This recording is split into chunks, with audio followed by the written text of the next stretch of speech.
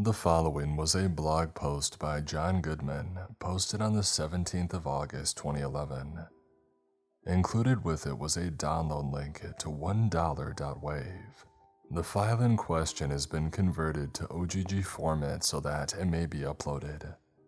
Goodman mentioned in the post that he would be doing extensive research on the mysteries surrounding this file. If he reports anything back, it'll be posted here. After my computer got burnt to a crisp in a lightning storm, I was left with only my old computer. Fortunately, I had everything from my destroyed computer already backed up onto USB drives and CD-ROMs. My old computer was running Windows 98 and desperately needed an OS upgrade. It was time to search online for a new OS install disk that was at an affordable price. Now you might ask, why not just get a new computer? I would have, but because of the crappy economy, I didn't have the money to do so. So my only other option was to upgrade my old one. Anyways, I searched around eBay to see if anybody was selling a copy of Windows XP at an affordable price. There was no way my computer would be able to handle Windows Vista or 7, so I would just have to go with XP. Lo and behold, somebody was selling a full Windows XP clean install disk for only $1.45. Nobody else was bidding on it, so I placed mine. Even after I had placed my bid, nobody else did. So needless to say, I won the disc, with nobody else to challenge me. A few days later, I received the disc in a white envelope. I opened the envelope and pulled out the disc. It seemed just like any other XP bootable disc. I turned on my old computer and I popped it in and installed Windows XP as one normally would. While I waited for it to install, I popped some popcorn, took a dump, and watched some TV, occasionally checking on the progress of the installation and responding to dialog boxes, entering the registration code, etc. Finally, it had finished installing and I could use the computer. The first thing that I did was transfer everything that I had backed up from my destroyed computer to the old computer. CD after CD, USB drive after USB drive. And I finally got everything onto my computer the way that I wanted it.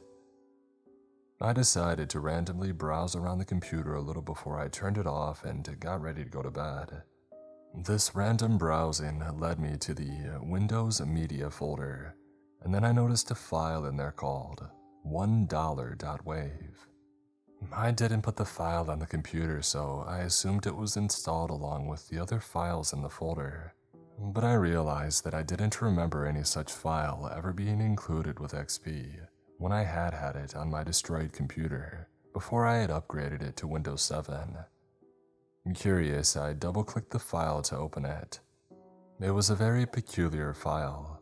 All I heard when I opened it was some weird static noise, almost as if it was some extremely distorted song. The file was just 4 solid minutes of this weird sound. It kind of creeped me out. I mean, it was nighttime, with my sleeping dog being my only company. And I find a file on my computer that I never put there, and wasn't part of the original XP installation. And all it is 4 minutes of weird static noise. And furthermore, it's in a systems folder. Thinking that it might be a virus of some sort, I scanned the file, and behold, one Trojan came up. I had no clue where I would have gotten it from. I had barely been on the internet at all since Windows XP was fully installed. Suddenly, I realized that I had seen a file with the same name flash for a split second on the screen as the disk had installed all these system files. I could only come to one conclusion. The disk had been tampered with. I decided to delete the Trojan, delete $1.wave, and do a full system scan with both of my antivirus programs. It was going to take a crapload of time to finish scanning, so I decided to go to bed while I waited. I still felt a bit mad that I had went through all that time to finally get my computer set up and upgraded the way that I wanted it, only to find out that the installed disk had been tampered with. I woke up the next morning, ate my breakfast, took a shower, brushed my teeth, and went into my computer room. I sat down at my computer and turned on the monitor, which I had turned off last night before I went to bed. I couldn't believe what I saw. My desktop background had been changed to a picture of a dollar bill. There were 2 errors saying that my 2 antiviruses had crashed, along with a bunch of other blank error dialogues that were all titled $1.wave with a single OK button. Every icon on my desktop had been replaced with a shortcut to $1.wave, even the recycle bin. My start button now said $1.wave, and the usual flag icon was replaced with a $sign. When I clicked the start button, or in this case the $1.wave button to bring up the $1.wave menu, every icon there was also replaced with $1.wave. The administrator name was changed to $1.wave and the account picture was that of a dollar bill. I clicked Don't Send Report to both the errors, saying that Malwarebytes and Microsoft Security Essentials had crashed. I then clicked the OK button on each $1.wave error box. Okay, the screen was cleared of all those windows now. I tried to reopen my antivirus programs, but they gave me a blank error titled $1.wave. I clicked OK on those. I went to the $1.wave menu and clicked Shut Down, but I just got the familiar clunk error sound. I tried the power button, nothing happened. Finally, I just unplugged the computer and it finally shut off. I plugged it back in and I booted in safe mode and tried opening the antivirus programs there. But when I did, my computer made the weirdest noise ever and abruptly powered off. I tried pressing the power button, but nothing happened. It didn't even wear up. That freaking virus had completely destroyed my only remaining computer, and I hadn't even gotten it from a website or anything. It had come with my operating system. Well, that was that. I had to go get some things at the grocery store, so I left the house along with my dog. I have yet to earn enough money to buy myself a new computer. I do everything computer related on a friend's laptop that he generously lets me borrow when I need to check my email, do something on my bank account, etc. I have also used that same laptop to type up and publish this story to the internet, along with $1.wave, which I've gone through and manually removed the malicious coding from. After a certain cryptic message that I read talking about some last evidence that will have to be destroyed if I share it with anybody, which you will read about in just a moment, I have decided to research as thoroughly as I can about the mysterious $1.wave until I've figured out the sinister mystery that surrounds it. How did I get back $1.wave after my computer was destroyed, you might ask? Well, when I got home, my dog's ears perked up and she began growling menacingly. She followed a scent into the computer room. Everything seemed normal. However, when I looked where my second destroyed computer was, it wasn't there. Everything else was still there, but the computer was gone. I thought of a robbery, but who would want an old computer that doesn't even boot up anymore? I also noticed the tampered with XP install disk that I had gotten off of eBay was missing as well. In its place was a different disk. It was a white CD-ROM with something written on it in a green Sharpie. I picked up the disc and read, "This is the last remaining evidence that I know of. Keep it secret or I'll have to destroy it too." I glanced down at the table that the disc had been sitting on. Where it had been was a single dollar bill. It wasn't crinkled or damaged in any way, unlike most dollar bills. It was in absolutely perfect condition, as if it had just been made. I took the disc and the dollar over to my friend's house, the one that has the laptop that I've been typing these words on. I explained how both of my computers were destroyed, and he agreed to let me borrow it whenever I needed to. So I got on the laptop and put the CD in. On the CD was just one file, $1.wave. On August 26, 2011, John Goodman made another blog post regarding his continuing research of $1.wave. Hey everyone, it's me again. So, you all remember that $1.wave crap that I posted about a week or so ago, right? Well, like I said I would, I did some research on it. Simply searching $1.wave on Google yielded no results. I asked on a message board about the file, but nobody seemed to have even heard about it before. That is, until I got a reply from some guy saying that he knew of the file and he had bad times with it. It went as follows. Oh, don't even remind me. $1.wave, it's amazing how much trouble a 4-minute sound clip of heavily distorted music can cause. Yeah, it was years ago. Some person on Craigslist was selling a computer with Windows XP already installed on it.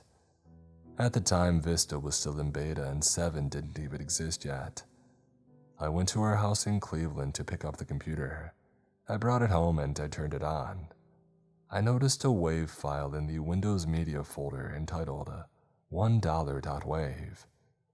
Curious, I opened it up and listened to it. It was nothing special. Perhaps a little creepy, but it didn't interest me.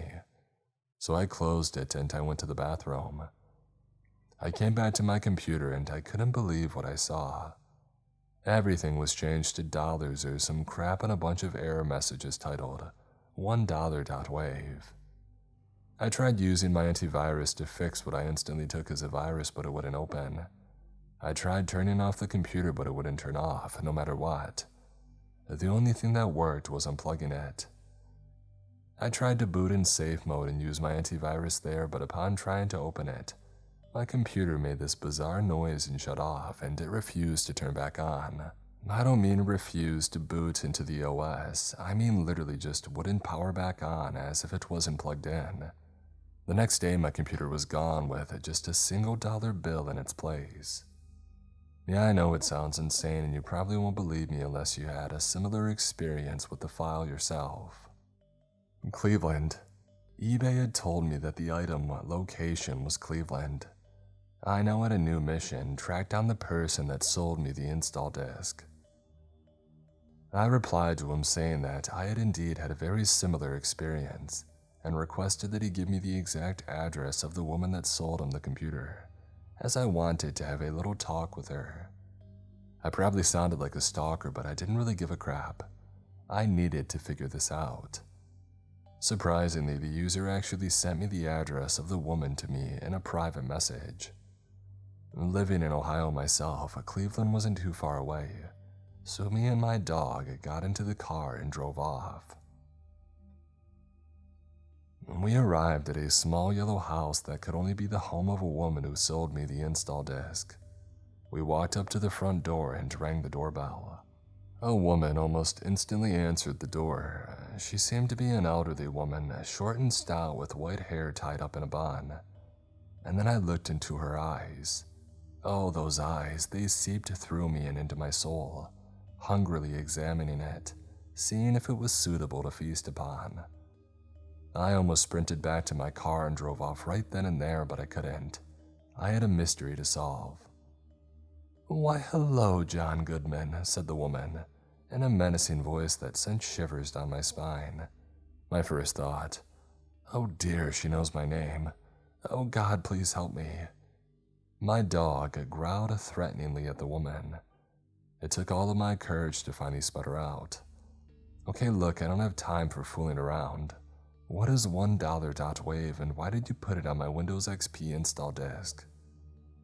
Oh, I can't tell you that, cackled the woman whom I was now certain was no good. Why not? I countered angrily. Because, said the evil woman. However, I can tell you this. Be wary in the days that follow, for $1 will haunt until all is hollow. And before I could say another word, the woman shut the door on me, cackling wickedly.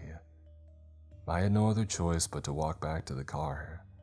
Along the way, a man came by and asked me, "What were you doing over there?" "I was talking to the woman that lives in that house over there," I replied. The man's expression became concerned. Nobody's lived in that house for over 10 years. I looked to the house, but instead of the bright, yellow, cheery house that I had seen when I had arrived there was a crumbling, abandoned foundation with a wooden plank nailed to the front door saying, "Condemned," in green letters. But I was just talking to an elderly woman that lived there a minute ago," I argued. all the color drained from the man's face. Elderly woman. Yes, I said. You know, with her hair all tied up in a bun and whatnot. The last person who lived there was an elderly woman, always having her hair tied up in a bun. But she's dead. So I didn't actually find out much of anything new about $1.wave, but apparently it was created by a ghost. Interesting, but it's no laughing matter. I realized that the moment I saw that dang woman out of the corner of my eye, giving me that freaking soul-devouring stare and smiling like a maniac, when I focused on her though, she disappeared. I then proceeded to sprint out of the room and hide under a blanket for the rest of the night. When I dared go back into the living room, a dollar bill lay on the floor where the woman had been. On August 29th, Goodman updated the blog again with yet another report about his research on the ominous $1.wave. Yeah, it's official, that old hag is stalking me. Since my last post, I've been catching glimpses of her out of the corner of my eye, always with that soul-devouring stare and demented smile. She always vanishes as soon as I focus on her, and it always has to be at night when it happens. Each time I get the heck out of there and hide under a blanket for the rest of the night. When I dare enter the room again, there's a dollar bill where the woman was. I've actually collected all the dollar bills that she's left for me, beginning with the one that came with the last evidence disc into one wallet. I've gone 3 days straight without sleep because of this crap.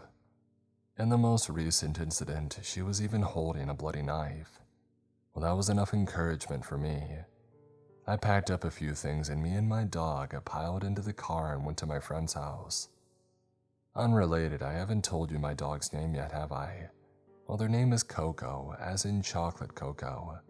Anyways, as I was saying, I told him everything that had happened. I had kept it secret because I figured if I told him he would think that I was insane. But at this point, I really had no other option. About $1.wave, the old hag that seems to want to kill me for some reason, etc. I expected him to say that I was crazy and call a mental institution, but miraculously he believed me. I guess he knew that I wouldn't make crap like this up. So I'm going to be staying at his place until this situation blows by. Posted August 30th, 2011. Tonight my friend glanced out the window and all the color had drained from his face, and Coco growled menacingly at it. I looked out the window and I saw it, that blasted old hag. She stared into the room from outside with that soul-devouring stare and that same demented smile. And then she disappeared. We didn't need any more encouragement. We pulled down those blinds and nailed boards to every window in the house, as well as the front and back doors. I don't think we'll be going outside for a while. Posted August 31st, 2011. I went on my friend's laptop and checked the forum thread that I had posted asking about $1.wave. Someone had replied there under the username $1, and take a guess what their profile picture was. That cursed old hag's face, with her trademark staring grin. Her reply simply said, "Oh, more evidence. Guess I'll have to destroy it." I clicked the reply button to respond, but it said that the thread never existed. Furthermore, when I searched the username $1, it said that no user ever existed. Weirdest of all, her join date had been back in 1928. Yeah, 9 freaking decades ago. The internet didn't even exist back then. Posted September 1st, 2011. While on my friend's laptop, a dialog box had suddenly appeared, prompting me to download $1.exe. Knowing this could only be more of the old hag's haunting, I canceled the download. But guess what? It downloaded anyway. Ain't that just nifty? As soon as it finished downloading, it opened itself up. I prepared for the worst. Another computer-destroying virus. The old hag had contained within a computer file. It opened and it was a game. A game of all the wretched things that $1.exe could have been. It was some PC game. It showed a generic menu screen with the buttons play, exit, and options. The background was a picture of a dollar bill. I clicked options, just some graphic settings and such. I went back and clicked play again, preparing myself for the worst. It gave an instruction screen on how to play. Basically, the concept was that you were a bank robber, and in each level, you had to go through obstacles to get to the bank and rob it. In each bank, you would have to fight a boss, and if you beat the boss, you would get the money. So I played the game with my friend and Coco watching me anxiously. Unrelated again, my friend's name is Bill. It was your generic platform game, and I played through it quite easily. I beat 3 levels, and then the 4th one was the final one before I got to the bank. I beat that level and fought the boss. The boss was some kind of banker with superpowers or something. It was a World 1 boss, so he was ridiculously easy to beat. I beat him by shooting him in the head with a pistol, and I got the money. The game counted up my scores and so forth before taking me to the first level of World 2. I figured that I had played enough, so I tried to exit the window. But clicking the X only greeted me with the Windows error sound.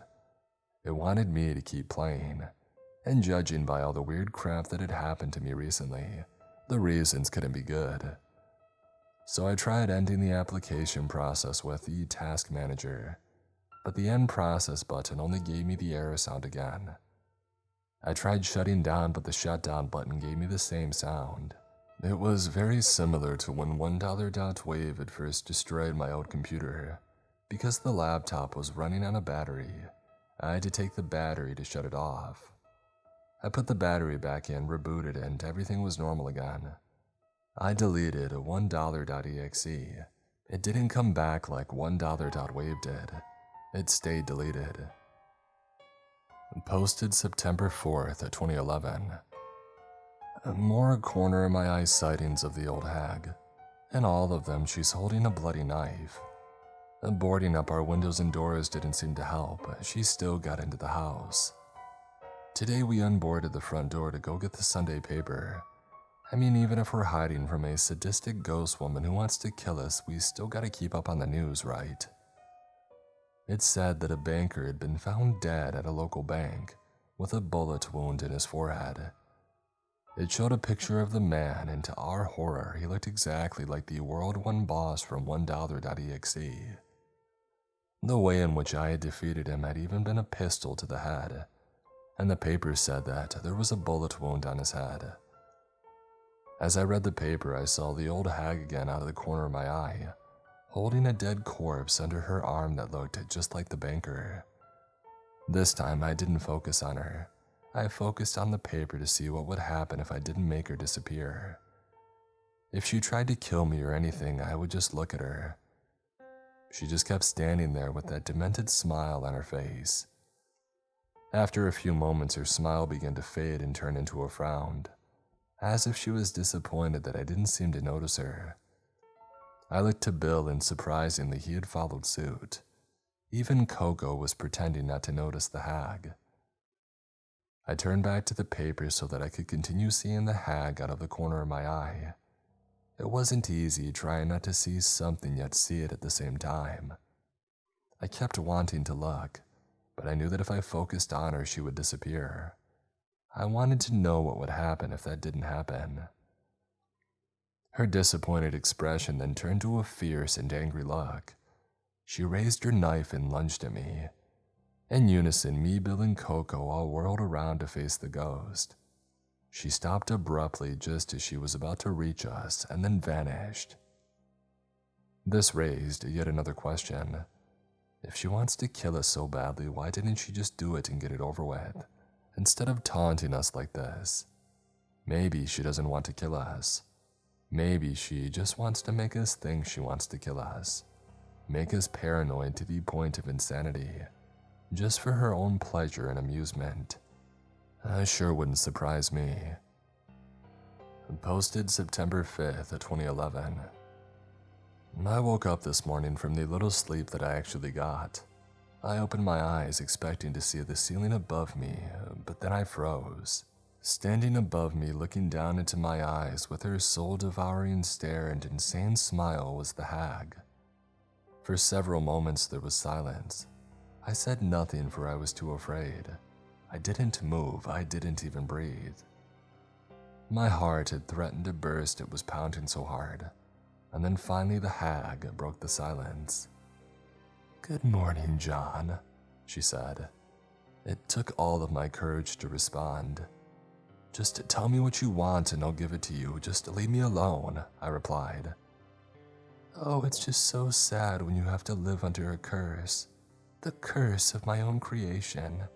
Forced to pass on the curse to others. The curse of $1, of greed. I never asked for this, but after having it shoved down my throat so much, I've come to enjoy it. I'm not sure if it's my sanity that's been punished by this or what, but it comforts me to know that others are feeling the same pain as me." "Enough of your cryptic crap," I yelled, and then suddenly Coco jumped out of nowhere and tackled the hag to the ground, growling furiously. The hag simply smiled. "Go ahead, do it. Rip me to shreds. It might just be the only hope of destroying this curse once and for all. Your suffering will be gone and everybody who's ever fallen victim to greed's villainy." Before another word could be said, Coco began tearing that woman to shreds. I never knew my dog could be so violent, but I didn't care. If it meant the end of this that loomed over us, then it was worth it. Me and Bill, who had been woken up by all the commotion, could only watch as the hag was torn apart. She didn't even scream. In fact, she smiled as if saying, "Thank God it's finally over." And then it was done. Her body was mangled and ripped so badly that you couldn't recognize her. Red was splattered everywhere. And then the body, or the pieces of it anyway, began to shimmer and fade away. And then they were gone. No trace of them remained, as if nothing had happened. And then we noticed a note laying on the floor where the hag had been. Bill picked it up and read it aloud. "Destroy the dollars, destroy the disc. Do it before the remnants of the curse that lie within them enslave you as it enslaved me." I instantly knew what I had to do. I found the wallet that I used to keep all the dollars that the hag had left me, and I lit a match to it. A blood-curdling scream of pain sounded from it and almost made me jump out of my skin. I threw it outside, and it burned until it was nothing but ash and dust. And then I found the disc containing $1 wave. I threw it to the ground and I stomped on it. Another blood-curdling scream, and the disc spontaneously burst into flames. Now that is what I call burning a CD-ROM. It burned until it was nothing but a bunch of melted plastic. I had to use a shovel to scrape it off the ground and chuck it outside. For the rest of the day, nothing else happened. The hag never came back, nothing. I think at long last this nightmare might be over, but I won't make assumptions too quickly. I'll wait a while and see if anything else comes up. If nothing else does, I guess it's safe to assume the haunting of $1 wave is ended. Posted November 12th, 2011. Well, I think I've waited long enough without anything happening that I can safely assume it's all over. Me and Coco have moved back into our own house. Things seem to be returning to normal. And after some thinking, I've come up with a hypothesis as to what all that crap was about. I think the hag was forced by a curse to do those terrible things. The curse was like a virus using her to spread to others. I guess $1 wave and all the associated things are all duplicates of this virus. I can only assume that its proper name is greed, since that's what the hag kept referring to it as. How greed came to be or what its purpose is, I can only wonder, but the hag seemed to hint that it was she who created it, and it was a screw-up that she made that had caused all of this. I guess those dollars, the disc, and the hag were the last remnants of greed, and by destroying them, I had destroyed greed forever. She was so anxious to get her hands on evidence and destroy it, because she wanted to destroy the curse of greed. I don't know whether any of these guesses are even remotely correct, but I don't really care. As long as this nightmare is over, I'm content with not knowing. And I'm pretty darn certain that it's finally over.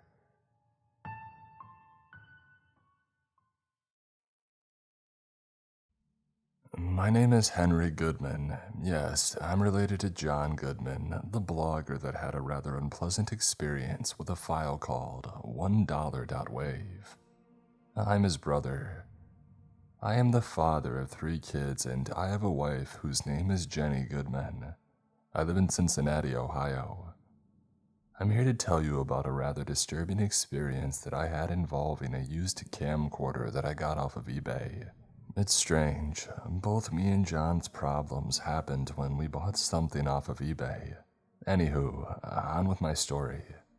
So, me and my family were planning a vacation and we wanted to capture our trip on tape as well as take some photos. Unfortunately, our video camera was broken, so we would have to either get a new one or just take photos instead. So I went on eBay to see if anybody was selling a camcorder. Well, long story short, I found one, I bid on it, and I won. A few days later, I received a small package which had the camcorder in it. I opened it up and took the camcorder out. It was the typical camcorder with the little small screen on it and such. It had some black Sony camcorder tape, so I opened it up and put one inside. To my surprise, however, there was already a tape inside. I assumed it was one that the previous owner forgot to take out. It was a used camcorder. I hoped nothing important was on it, otherwise they'd be pretty upset about losing it. I took the tape out and I looked at it. There was a piece of yellow masking tape stuck in the front, labeled with a black Sharpie. 2006. Just that and nothing else. I decided to play the tape just to see what was on it. So I put the tape back inside the camcorder and I hooked it up to my TV to watch the tape on it. I rewound the tape, but it was already at the beginning. So I did the usual crap to play a tape from a camcorder on the TV. The tape started with 10 seconds of a blank blue screen, and then it cut to somebody filming a school playground on a cloudy day. Kids ran around and played, but whoever was filming seemed to just be interested in one of them. A little girl, probably around 5 years old, with pale skin, brown hair, brown eyes, and wearing a yellow coat. Whoever was filming seemed to be following her and watching her play. Sometimes the person filming would talk to the girl. It was a man's voice. He called the girl Alice, and I assumed the person filming was the girl's father. I assumed it must have been some recording of her last day of school or something. So, if that was a recording of the cameraman's daughter's last day of school, that must have been important to him. I felt bad for him losing something this precious. But I had little time to ponder that because suddenly, a very loud droning buzzing sound burst from the speakers, scaring the living crap out of me. The scenery had changed. It was now nighttime and the school was deserted, except for the girl. All the while that ear-piercing buzz continued to sound from the speakers as I plugged my ears. The girl was turned away from the camera so I couldn't see her face. She stood there motionless, and then she turned to face the camera, and what I saw, well, I didn't see that one coming. The girl's eyeballs were gone, just dark empty sockets where they should have been. There wasn't blood or anything, the eyeballs were literally just gone. Her mouth was drooling some kind of disgusting green slime and her nose was missing. Not like it was cut off, just not there. Just plain skin where it should have been. Think of Patrick from SpongeBob, yeah, you get the idea. The scene then burst into static. The buzzing noise stopped, but you could hear the sound of knives slicing against flesh and blood-curdling screams. And then the scene returned and the girl was hanging by a swing in a swing set. Several nasty wounds around her body and a knife laying on the ground below her. Her eyeballs were missing and her mouth still dripped that weird slime, and she still had no nose. The tape was silent. No loud buzzing or anything, just silence as the girl dangled around. Heart pounding so hard it threatened to burst, scared out of my mind because of the sudden buzzing sound and, to a lesser degree, the disturbing footage that accompanied it. I sprinted over to the TV and I shut it off. I ejected the tape from the camcorder, shut the camcorder off, and then unhooked it from the TV. I took a hammer and I smashed the tape to tiny pieces. Breathing heavily, still not sure what the heck had just happened, I sat back down on the couch. I just stayed there for a while, staring at the blank TV screen. After I had finally calmed down, Jenny came home from the grocery store. I helped her bring the groceries in. I didn't tell her about the tape because she would think that I was going insane. The dream I had that night was not pleasant. I was in a dark hallway. My throat, it felt like somebody was repeatedly flicking my Adam's apple. That loud buzzing from the tape played nonstop. It wasn't coming from any direction. It was just there in my ears, as if I were wearing headphones and the sound was playing in them. I was scared out of my mind. I wanted desperately to get out and to go home, to be in the comfort of my bed. I tried crying for help, but no matter how hard I tried, no sound would come out. Suddenly, I felt the urge to vomit. Not having a bucket or a toilet nearby, I puked on the floor. But instead of puke, I hurled up a small Sony videotape with masking tape on the front labeled 2006 in black Sharpie. And then the tape morphed into a girl. No, not just any girl. It was the girl in the tape. Her eyeballs were gone and her mouth oozed green slime, and she had no nose. She slowly walked down the hallway, and for some reason I followed. All the while, that awful buzzing noise kept playing. She led me down the hallway and I realized where I was. I was in an elementary school. Kids' drawings and other art lined the walls. Posters saying, "Vote Josh for school president" were everywhere. You get the idea. She led me out an open door and into the playground. It was the very same playground from the tape. And a man was there holding a camcorder recording us.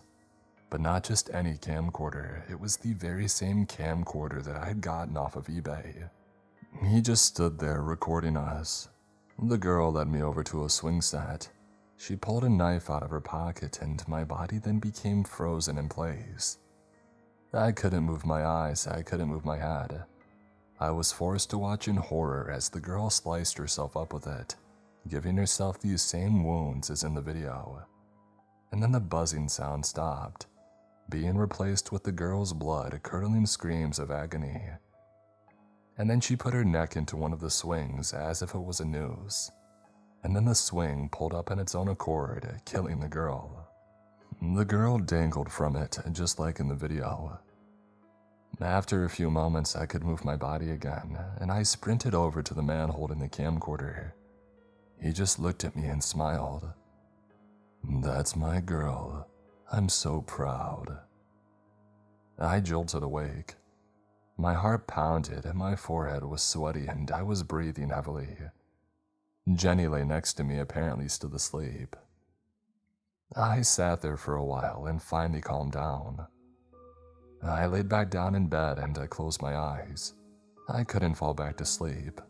My tossing and turning finally woke Jenny up and she got mad and went to sleep on the sofa. She opened the door but then she froze. She just stood there and I could see that her hands were trembling, and I asked her what was the matter. She just pointed a trembling finger out the door. I got out of bed and I looked to where she was pointing, and my blood ran cold. There was a hallway outside the door going out to the living room where the TV was. From down the hall I could see the TV. It was on and on it was the little girl's face, missing eyeballs and all. But then I realized the TV was in the corner of the room and I could not see from where I was. My sleep-deprived brain mistook what I saw as the TV, but it wasn't the TV. It was the window. For crying out loud, what is it with my family and creepy stuff always happening to us?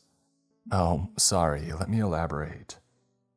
I am Sally Goodman, one of the 3 Goodman siblings. The other 2 are John Goodman and Henry Goodman, my brothers. Lately, freaky things have been happening to us. First, John gets haunted by some insane ghoul hag, and then a freaky mutant girl's face is staring through Henry's living room window. I prayed to God that nothing would happen to the 3rd of the Goodman siblings, but nope. Something just had to happen to me, because I guess the world hates me. Alright, enough of my self-pity. On with my story, I ain't got all day. Well, I had moved into an apartment in Dayton, Ohio. I was unpacking my things and so forth. There was a small storage room by the patio off the apartment, and I opened the door to put some things in there. It seemed to be empty and I walked in. But then I looked down on the floor and I saw that I had almost stepped on a black USB drive. I picked it up and I stuck it in my pocket. I was curious as to why it was left sitting in a storage closet, and also if there was anything on it.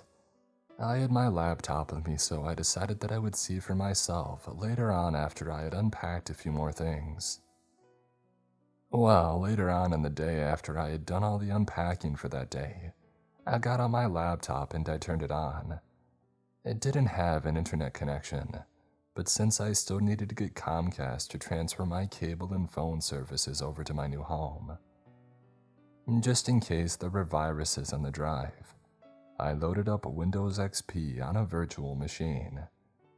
I plugged in the USB drive and it did the usual auto-run thing, prompting me with what I wanted to do. I chose to open a folder to view the files. What was in the drive seemed to be files for some kind of game.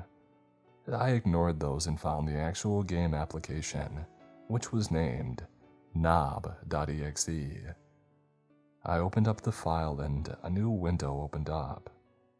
It was the game. It seemed to be some kind of 16-bit platformer game. You controlled some stick figure thing and guided him through the levels.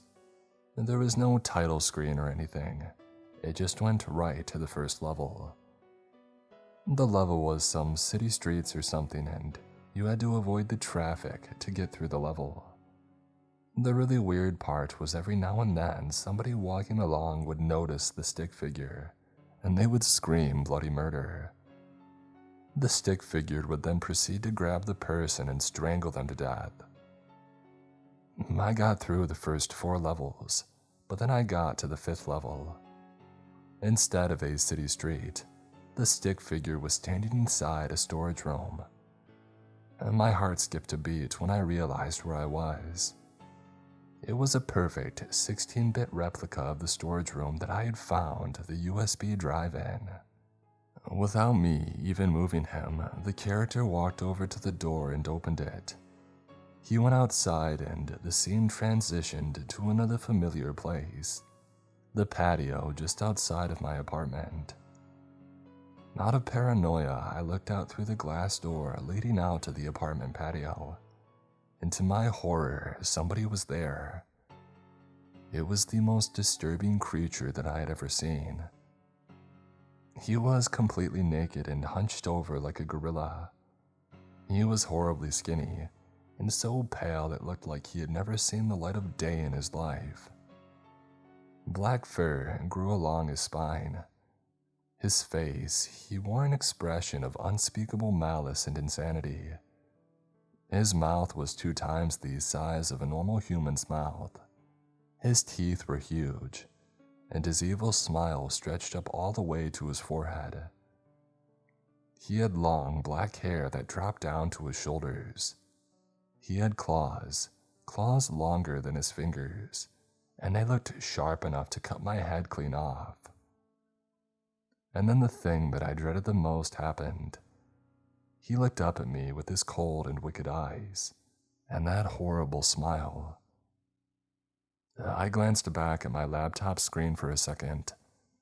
The stick figure on the game was looking into the glass window door, just as this terrible creature was doing.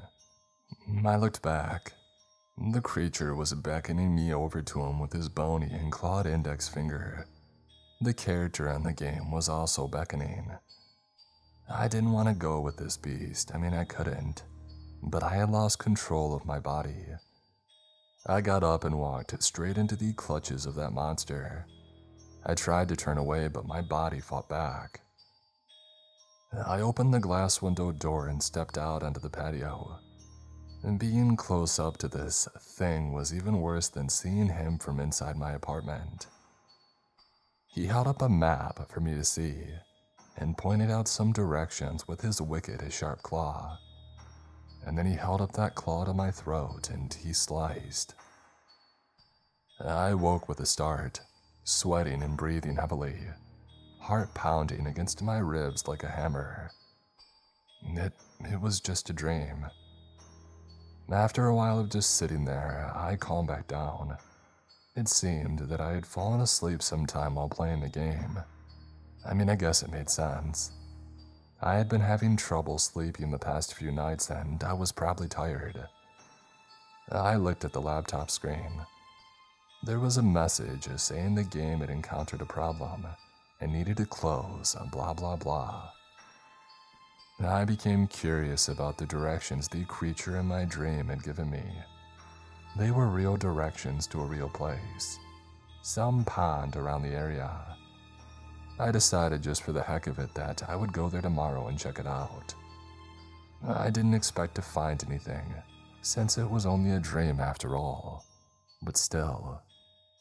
The next day after breakfast, I got in my car and followed the directions to the pond. I got there and Dad got out of my car. I skipped some rocks and such for a few minutes, not having much of a reason to stay. I started to walk back to the car. But then I noticed something on the ground out of the corner of my eye. I stopped and I went over to examine it. It was a wooden trapdoor of some kind. I remembered the nightmare that I had and I became paranoid. But then I realized how silly I was being. It was all a dream. Nothing bad can really be here, right? There was a handle on the trapdoor that I could lift to open it. Cautiously, I grabbed the handle and I pulled up, to reveal darkness below. I would need a flashlight. I thought that I had one in the back of my car, so I went to go check, and sure enough, I found one. I turned it on and I climbed down into the darkness below. The space was empty with nothing but dirt on all sides. But then my flashlight shined on something that made my blood run cold. Something that made me sprint back out the trapdoor, slamming it shut behind me, and back into my car to drive home and smash the USB drive that I had found the day before into tiny pieces and then burn the pieces. The disturbing part is the hissing sound the drive made when I did this, like some terrible snake. It was a figure hunched over like a gorilla, horribly skinny and pale, fur on its spine, drooping black hair, and an insane deformed face. It was the creature from my nightmare and he was looking right into my eyes. The following was taken from a newspaper article. Several sightings of a horribly mutant humanoid figure wandering the streets of Ohio cities have been reported. These supposed witnesses describe it as being a pale figure hunched over like a gorilla, having black fur along its spine, vicious claws, a long black hair, and a terribly large mouth, along with an expression of pure malice and insanity. Some witnesses report seeing it strangle people to death, seemingly at random. It would be easy to dismiss these claims as some sick joke, if it weren't for the sudden and mysterious deaths of several people. Every person who died has been identified as being strangled to death. Some comments listed below the blog post. John Goodman says, "Hey Sally, thanks for sending this to me. More of this creepy crap.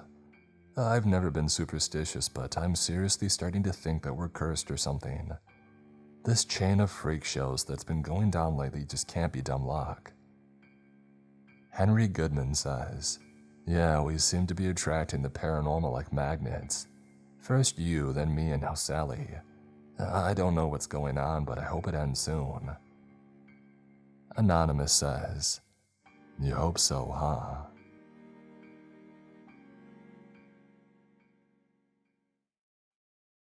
Today's episode is sponsored by Rocket Money. How much do you think you're paying in subscriptions every month? The answer is probably more than you think. Over 74% of people have subscriptions that they've forgotten about. And this has definitely happened to me multiple times. And for some reason, it always seems like it's so difficult to cancel them. But thanks to Rocket Money, I'm no longer wasting money on the ones that I forgot about. Rocket Money is a personal finance app that finds and cancels your unwanted subscriptions and monitors your spending, and helps lower your bills so that you can grow your savings. Rocket Money has over 5 million users and has saved a total of $500 million in canceled subscriptions, saving members up to $740 a year when using all of the app's features. Stop wasting money on things that you don't use. Cancel your unwanted subscriptions by going to rocketmoney.com/Mr. Creeps. That's rocketmoney.com/Mr. Creeps. rocketmoney.com/Mr. Creeps.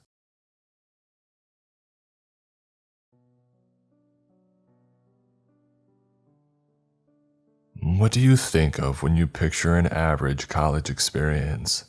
Probably tons of alcohol, wild parties, and the occasional trashy hookup, right? Well, I've had my fair share of all that, sure. But my college experience has been anything but average. And it's all thanks to a strange list of rules that my dorm administered. Thanks for helping me get my stuff moved in. You really didn't have to do that. What's your name again, by the way? Sorry, my short-term memory is kinda trash. Anytime, man. I figured if we're gonna be living together for the rest of the year, it couldn't hurt to help you out a bit.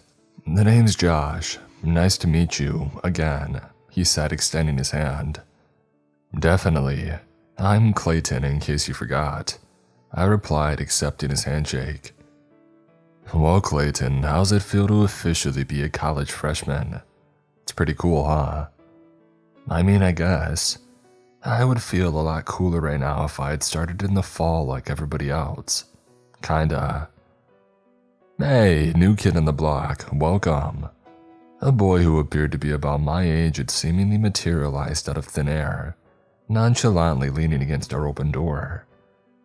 He sported an old-school Justin Bieber cut, you know the one that I'm talking about, along with a black, long-sleeve Nirvana shirt and ripped jeans. Something felt off about him, but I couldn't put my finger on it. Thanks, it's nice to meet you. What's...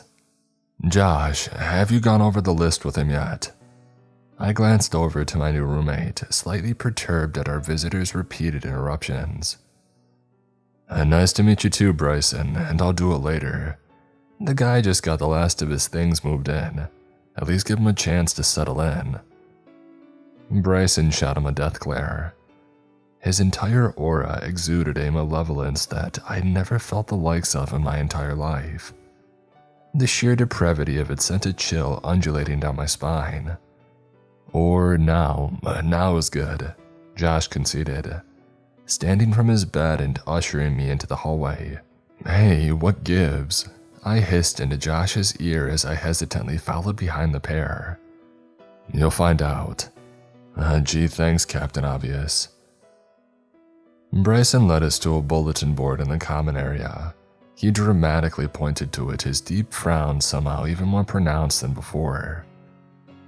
Josh, you know what to do. If I find out that you didn't explain everything to him, then I know. You'll give me cement shoes and toss me in the river.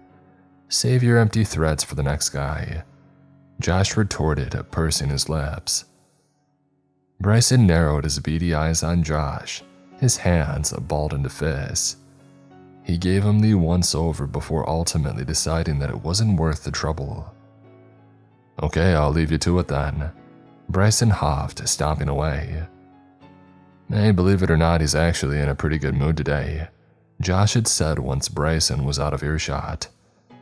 Really? I would hate to see him on his bad side then. What was all that about anyway? Josh sighed. Bryson's our RA, a resident advisor if you're not familiar with the lingo. He's in charge of going over the dorm rules with you, but I told him that I would do it instead. He'll get in huge trouble if you're not familiar with them, which is why he just graced us with his presence. Got it. Explain away, I guess. They're pretty self-explanatory, to be honest. They really only do this for the knuckleheads who can barely read. You can read, right? Yes, I can read. Great. So take a look over the rules and ask me if there's anything you get confused about. I would recommend taking a picture of them if you've got your phone on you. Bryson might be kind of mean, but he's right about one thing. You need to read over these things very carefully. They might seem strange, but it is extremely important that you follow the rules to a T. I could feel an ominous tension sweep through the atmosphere. Josh's sudden tone of severity was a stark contrast to his outgoing personality, and that frightened me. Got it. I'll read them over right now.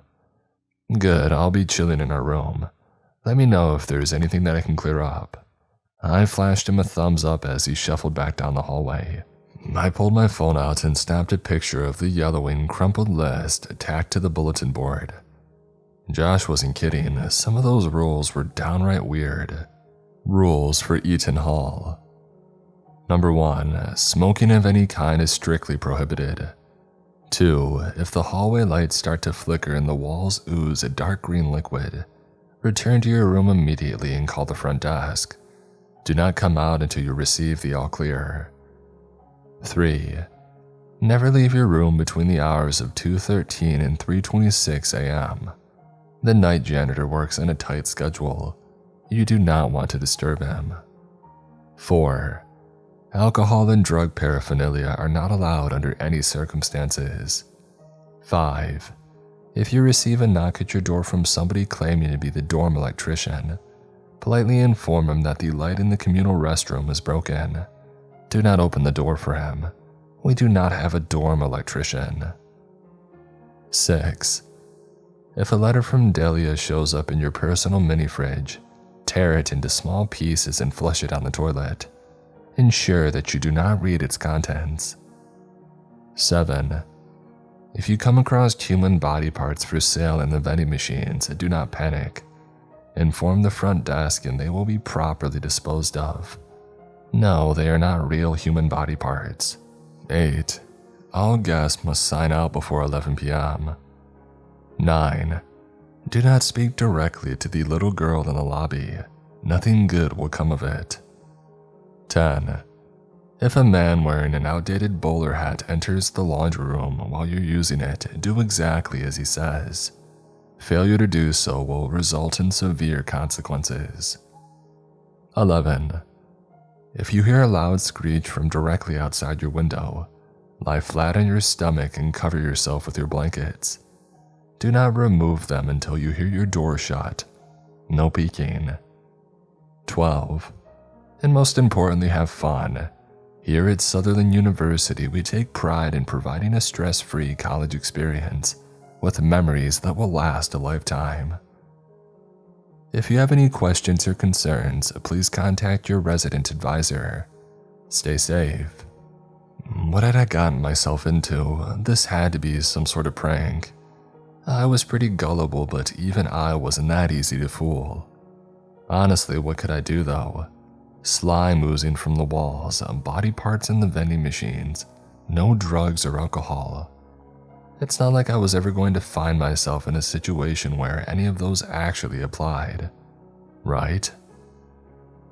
I slunk back into my dorm room and collapsed on my bed. Josh glanced up from his phone for long enough to acknowledge my presence before returning to whatever media consumed his attention. Done reading the rules? Anything that needs clarification? He asked, his eyes still glued to the screen. Yeah, what kind of stupid prank are you trying to pull? There's no way that I'm believing any of that is real. Not for a second. You and Bryson can take your dumb joke and shove it where the sun doesn't shine. I seethed, crossing my arms and turning toward the wall. Geez, man, chill out. I know the rules are pretty outrageous and you probably won't even need most of them, but we did not make them up. Still don't believe me? Here, take a look at this. It's from last semester. The school tried to have it buried online, but I saved it before they could, he said, tossing his phone over to me. I tentatively picked it up and began reading the news article that Josh had pulled up. What I read made my blood run cold. The body of a 20-year-old college student was found in a dormitory bathroom early Tuesday morning. The victim, who was yet to be identified, was a resident of Eaton Hall at Southern University. The call came into the local police station at 4:53 a.m., reporting a student's body lying motionless in the shower. According to the report, the deceased was covered in a green slime-like substance. No other details have been made public at this time. If you have any information that could lead to an arrest, the police urge you to call Crime Stoppers at 1-800-888-CASH. My jaw fell to the floor. I couldn't believe my eyes, but the evidence was right in front of me. The rules were real, and there were grievous consequences for breaking them. Sorry, I said, handing Josh his phone back. I used to get picked on a lot in high school and I would fall for stuff like that all the time. It's just such an insane thing to have to deal with. I didn't know. Hey, no worries, it's all water under the bridge. I didn't believe it at first either. Once you have your first run-in, it'll wash away all doubts that you still have though. Josh shuddered, a chill rippling through his body. Just pray that your first encounter isn't with the janitor like mine was. I opened my mouth to speak, but the words caught in my throat. Assuming all of this wasn't just some massive ruse, I was in for a long semester. I didn't run into any problems until my second week. I was finally finding a decent balance between partying and getting my homework done when it happened. Hey, don't judge me, I was a sheltered kid my whole life. Of course I was going to go buck wild the second that I tasted an ounce of freedom. Anyway, Josh and I were on our way back from a house party that had been shut down by the cops, and we weren't exactly sober. By that time, we had warmed up to each other and formed quite a bond. That bond was broken too soon, but I digress. Nah, dude, you were definitely going after the cute blonde chick at the pong table. Don't lie to me, man, I saw you. Okay, fine, I was. Too bad she has a boyfriend. We were really hitting it off. I admitted, holding the door for my drunken companion. He clumsily stumbled his way through as I followed suit. He looked real mad too when he saw you going after his girl. You should have kicked his butt. I might have if he wasn't a foot taller than me, I mean. Suddenly, it felt as if a bucket of freezing cold ice water had been dumped onto my back. I could sense a presence, something sinister that lurked just out of eyesight. I had been feeling the liquor, but that sobered me up instantaneously. Hello, Earth to Clay. You just blue screened on me, dude. You good? Yeah, I think so, Josh. Do you feel that? I don't know, like the anticipation. I feel like something's about to happen, but I don't know what. It's starting to freak me out. Nah, you sound like a psychic. I can't feel a thing, he said, and I could tell. Josh's cheeks burned a bright red when he drank, a telltale sign that he would be zero help if a crap hit the fan. The second that the front desk became visible, I knew what was causing that tense feeling. My heart began to pound like a jackhammer in my chest and sweat began to pool up on my brow, because I saw a pair of pitch-black eyes peeking at me from behind the counter. They quickly ducked back out of view almost as rapidly as they had appeared. Tell me you saw that. I can't be the only one, I said as we grew closer and closer to the front desk. Saw what? I think you're losing it, bro. Nothing. You go on up to the room, okay? I'll meet you up there. I'm gonna grab a snack from the vending machine. Got it. I watched Josh stagger away clumsily, stomping down the hall. Then, when he was completely out of sight, I cautiously approached the front desk. As I came into full view, I noticed two things. One, to my surprise, there was somebody working that night. And two, the little girl was sitting in the chair beside her. Maybe it was the alcohol, or maybe I was feeling helpful, but that wasn't the first stupid decision that I had made that night. I should have just walked away. "Hey, how's it going?" I said, flashing a grin to the pretty brunette sitting before me. I immediately regretted it. The girl stared at me intensely.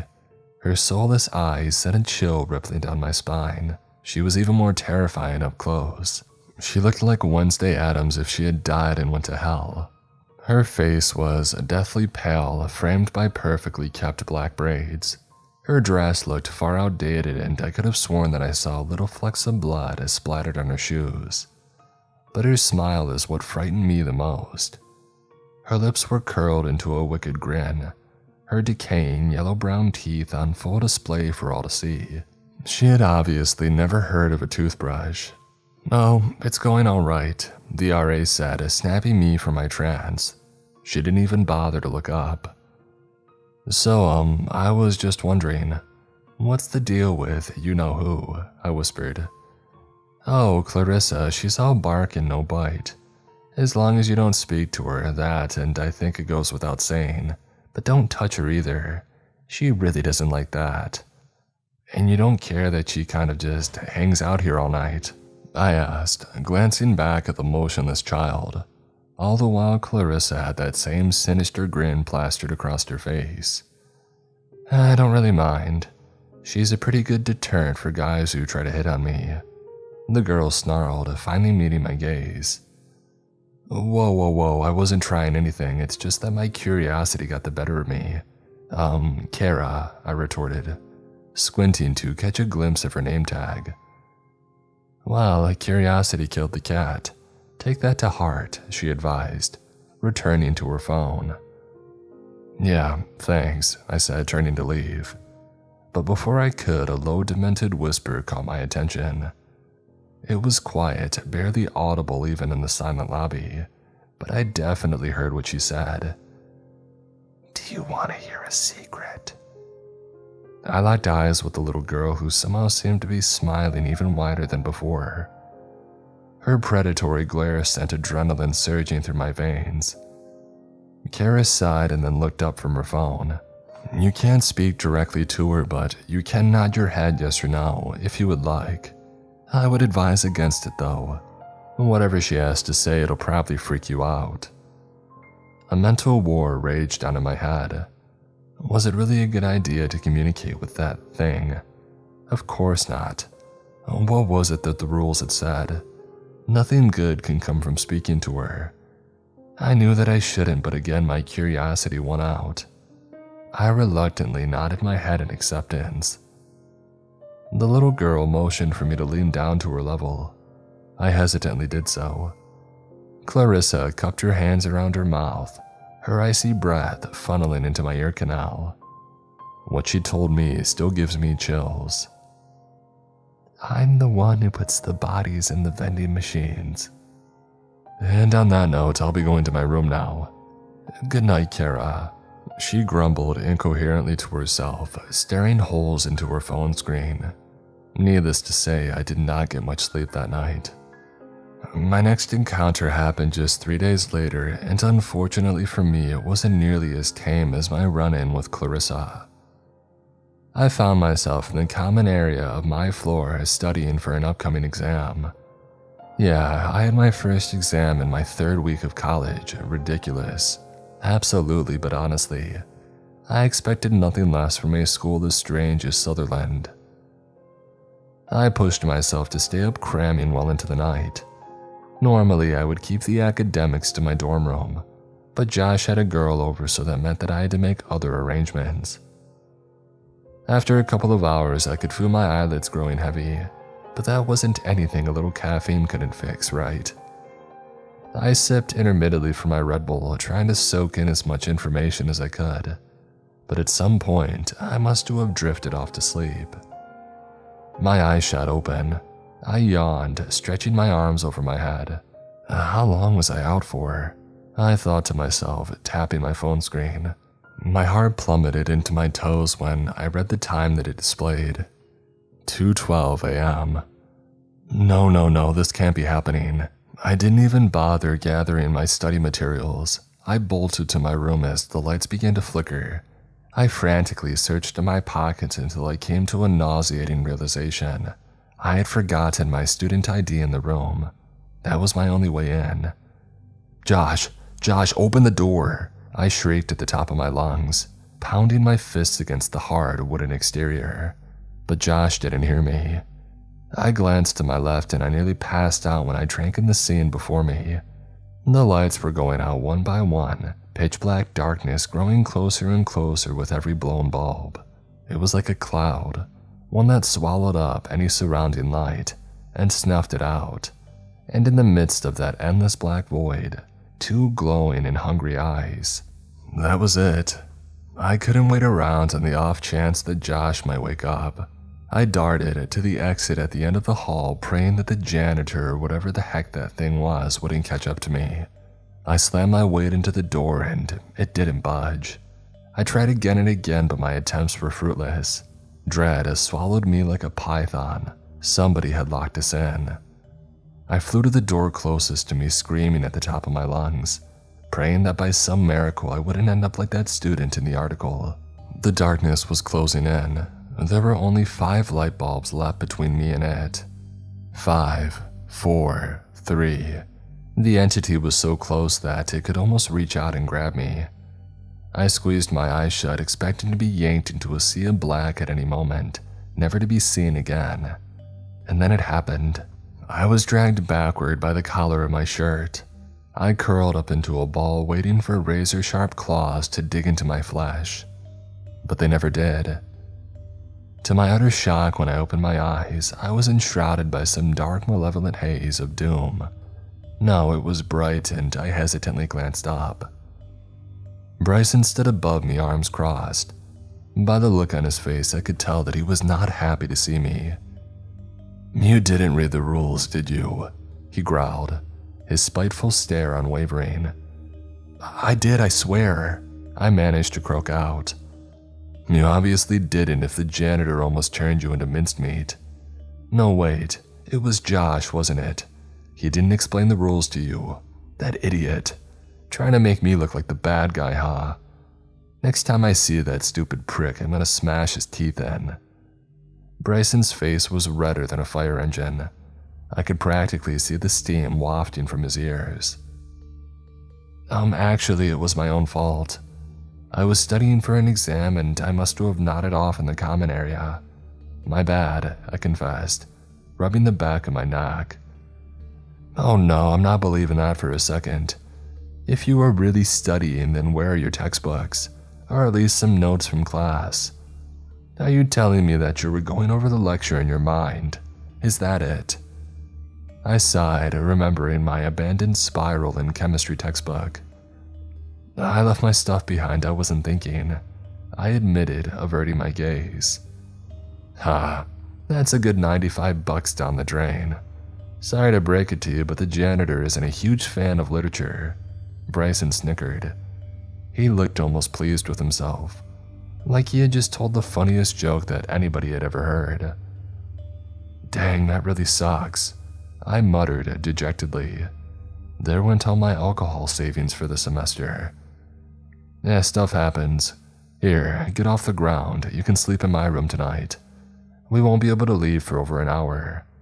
Bryson offered, extending a hand. I gladly accepted it as he hoisted me up. Thanks, man. Geez, you get this whole room to yourself?" I asked, surveying my surroundings. It was at least double the size of my own room, complete with a kitchenette and 2 full-sized beds. I'd be lying if I said I wasn't a bit envious. "Yeah, the other RA for our floor dropped out last week. The sheets are clean if that's what you're worried about." No, I was just wondering. This is good," I replied, plopping onto the bed. I instantly melted into the mattress like butter in a frying pan. "Turning out the lights." "Night," Bryson said, plunging the room into darkness. "Night, and thanks for saving me. I was just doing my job. Don't start to think you're something special." I tried my best to drift off to sleep, in a bed that comfortable that should have been a piece of cake, but something was gnawing at my brain. A little voice in the back of my head that was itching to know more about my savior. A voice that I should have ignored. "Hey Bryson, you still awake?" I whispered. I felt giddy, like a child at a slumber party. "What?" "Well, that was rude." I was just wondering something, like if that's okay. I get it if you... Just spit it out already. I'm trying to get some shut-eye." Right, sorry." "Why do you wear the same clothes all the time? Like every time I see you, you're wearing the same black shirt and ripped jeans. Nothing wrong with it, I'm just curious."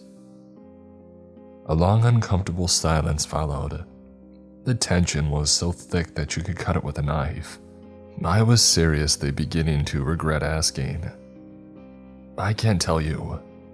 I furrowed my brows. He couldn't tell me, but why?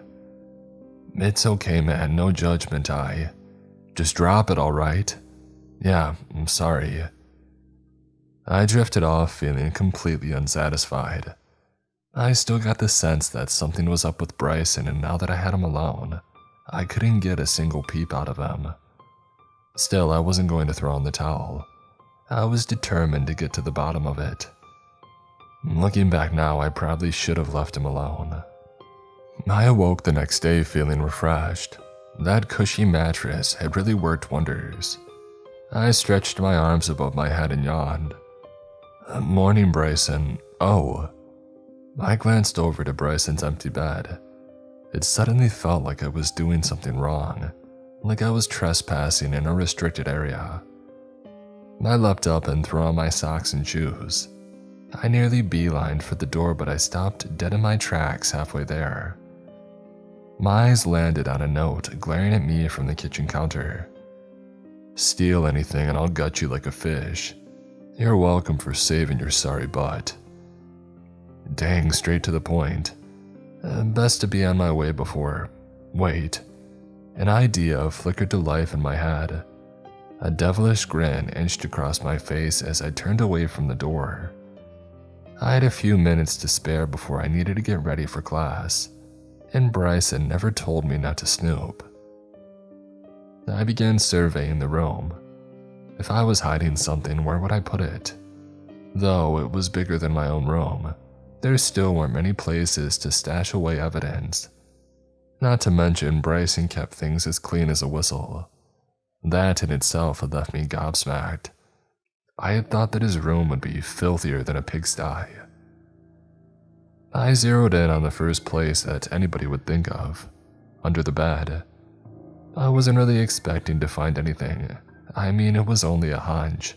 Bryson could have just been an eccentric kid who had a thing for wearing the same smelly clothes every day for all I knew. But aside from all the cobwebs and candy wrappers, I did manage to find something of interest while fishing around under there. A scrapbook. Who keeps scrapbooks anymore? These things are ancient. I murmured as sitting crisscross applesauce as I flipped open the cover. Dozens of photographs greeted me. Most of them were grainy, and I could tell that they were probably taken with a cheap Polaroid camera. I carefully slid one out of its sleeve and inspected it closer. My eyes grew wide as dinner plates when I fully soaked in its contents. The photograph depicted 3 young men with their arms thrown around each other and huge grins stamped on their faces. All of them appeared to be around my age. Their clothes and hairstyles were all outdated though. One of them even had frosted tips. Underneath the picture, written in black marker, was a caption that read, "Jerry, Randall, and Bryson, Fall 1998. 1998, that couldn't be right. That was almost 25 years ago. Despite the year, there was no mistaking it. The kid in the picture was definitely Bryson. I continued to flip through the scrapbook. I started to notice a pattern in all of the pictures that made my heart ache. In every one of the photos, Bryson seemed genuinely happy. happier than I had ever seen him in my short stint at the university. He looked so vibrant, so full of life, whereas now it was evident that whatever light had once gleamed in his dull, sullen eyes had been snuffed out long ago. I continued to flip through the pages, studying the dates that were scrawled beneath the images. November 1998, February 1999, April 1999. And that's where they stopped. I couldn't find anything past April of 1999 in the entire scrapbook. What really happened all those years ago? I was snatched from my reverie by the ding of a student ID being accepted by the door. I hurriedly slammed the book closed and slid it back to its cobweb palace. I flew back to the bed that I had slept in the night prior just as Bryson pushed open the door. "Hey, I see you're awake." "Yeah, I was just getting around to leave," I said, pretending to tie my shoe. "Thanks for letting me crash here, you're a real one." "Yeah, don't mention it. Oh, and by the way," he said, marching up to me, "I found your textbook. I don't think it'll be much of a use to you now, though." He pulled what was left of my chemistry book from behind his back and dropped it on the ground before me.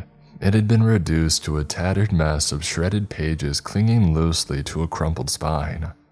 I sighed. And to be fair, he had warned me. "Thanks, I guess. I owe you one," I muttered, scooping up the ruined heap and trudging toward the door. "Hey, Clayton." I froze in place, spinning to face him. "What's up?" "You didn't happen to look under the bed, did you?" How did he know? "No, why do you ask?" I sputtered, trying my best to not look guilty. Bryson glared at me, his cold, icy gaze sending dread pumping through my veins like venom. "I'll take your word for it this time. Now get out."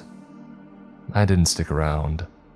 I bolted back to my room before I remembered the whole reason that I had ended up in that predicament in the first place. I didn't have my student ID. Having the guy at the front desk come let me in was a crapload of fun, but I won't bore you with the details. Due to my little mishap, by the time that I arrived at class, I was a whopping 5 minutes late, and the professor had locked me out. Great. Looks like I won't be needing a new chemistry book after all. Not after getting a big fat 0 on my first exam. Needless to say, the day had gone to crap. By the time that I arrived back in my dorm room, I had had enough. I opened the door to find Josh lying on his bed. He grinned at me smugly as I shuffled into the room. "Thanks for leaving last night, man. That girl gives some of the best head on campus." "Yeah, and thank you for answering the door, you idiot.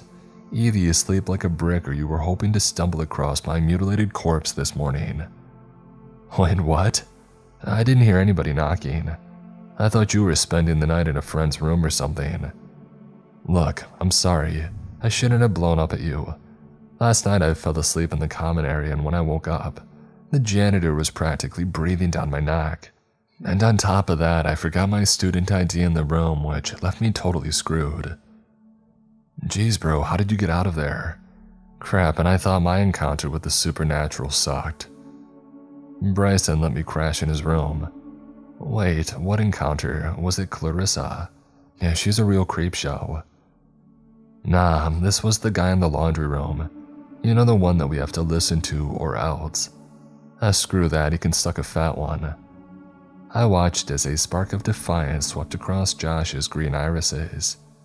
I couldn't believe it. He knew better. Why would he do something so blatantly reckless? All the color drained from my face. No, Josh had to have been pulling my leg. "You're joking, right? You didn't actually disobey him, did you? You know well what will happen if you did." "Look, man, I'm tired of this stuff. Why should I have to conform to that guy's every whim? He's been dead for like 100 years.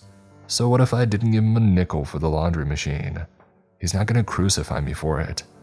Whatever punishment he has in store, I'll be fine." "Nothing we can do now, I guess," I began, a knot forming in my stomach. "I sure hope you're right." Josh wasn't in his bed when I awoke the following day. That wasn't out of the ordinary though. He had signed up for classes last minute, so we got stuck with a couple of 8 a.m.s. Kudos to him for that, I certainly couldn't do it. I didn't start to worry until that evening. Josh would hang out with friends after class every once in a while, but he usually at least filled me in on where he was going if he didn't take me with him. We hadn't known each other for long, but I had really warmed up to the guy. I was an introvert, so naturally, Josh was one of the only friends that I had made. I couldn't bear the thought of something happening to him. After hours of deliberation, I decided to shoot him a text message. I didn't want to come off as a helicopter roommate, but I needed to know that he was okay. Hey bro, everything good? Just checking in. I haven't heard from you today. Josh hadn't responded by the time that I laid down in bed. At that point, about 5 hours had passed, and needless to say, I was anxious. I had a sinking feeling that whatever was going on had a direct correlation to the man in the laundry room. When Josh didn't show up for the next 2 days, I knew that I needed to investigate. I couldn't just sit around and do nothing while he was potentially in danger, or worse. And Kara was my first unfortunate victim. I don't know why I thought she'd be any help at all, but I had to give it a shot. Hey, I'm looking for my roommate. Have you seen him by chance? About 6 feet tall, brown hair, green eyes. Kinda goofy looking. His name is, Josh Matherson. No, I haven't, she replied, her eyes perpetually glued to her screen. All the while, Clarissa sat motionless in the chair beside her. That demented smile was still pasted to her lips, and her black soulless eyes, they bore into my chest like a power drill. How Kara put up with her that often, I will never know. Gee, thanks a lot, Kara. Always willing to lend a hand, huh? Well, can you look him up in the system? Maybe see if he's swiped into the building in the last few days. Come on, I'm desperate here. Kara sighed, glancing up from her phone. No, I'm not at liberty to share that information. If you've exhausted all other options, file a report with the campus police. They should be able to help. I mentally facepalmed myself. Why hadn't I thought of that? Surely they would be able to find some answers. Thanks, Kara, I'll try that. Yeah, whatever. A creeping feeling washed over me as I walked away.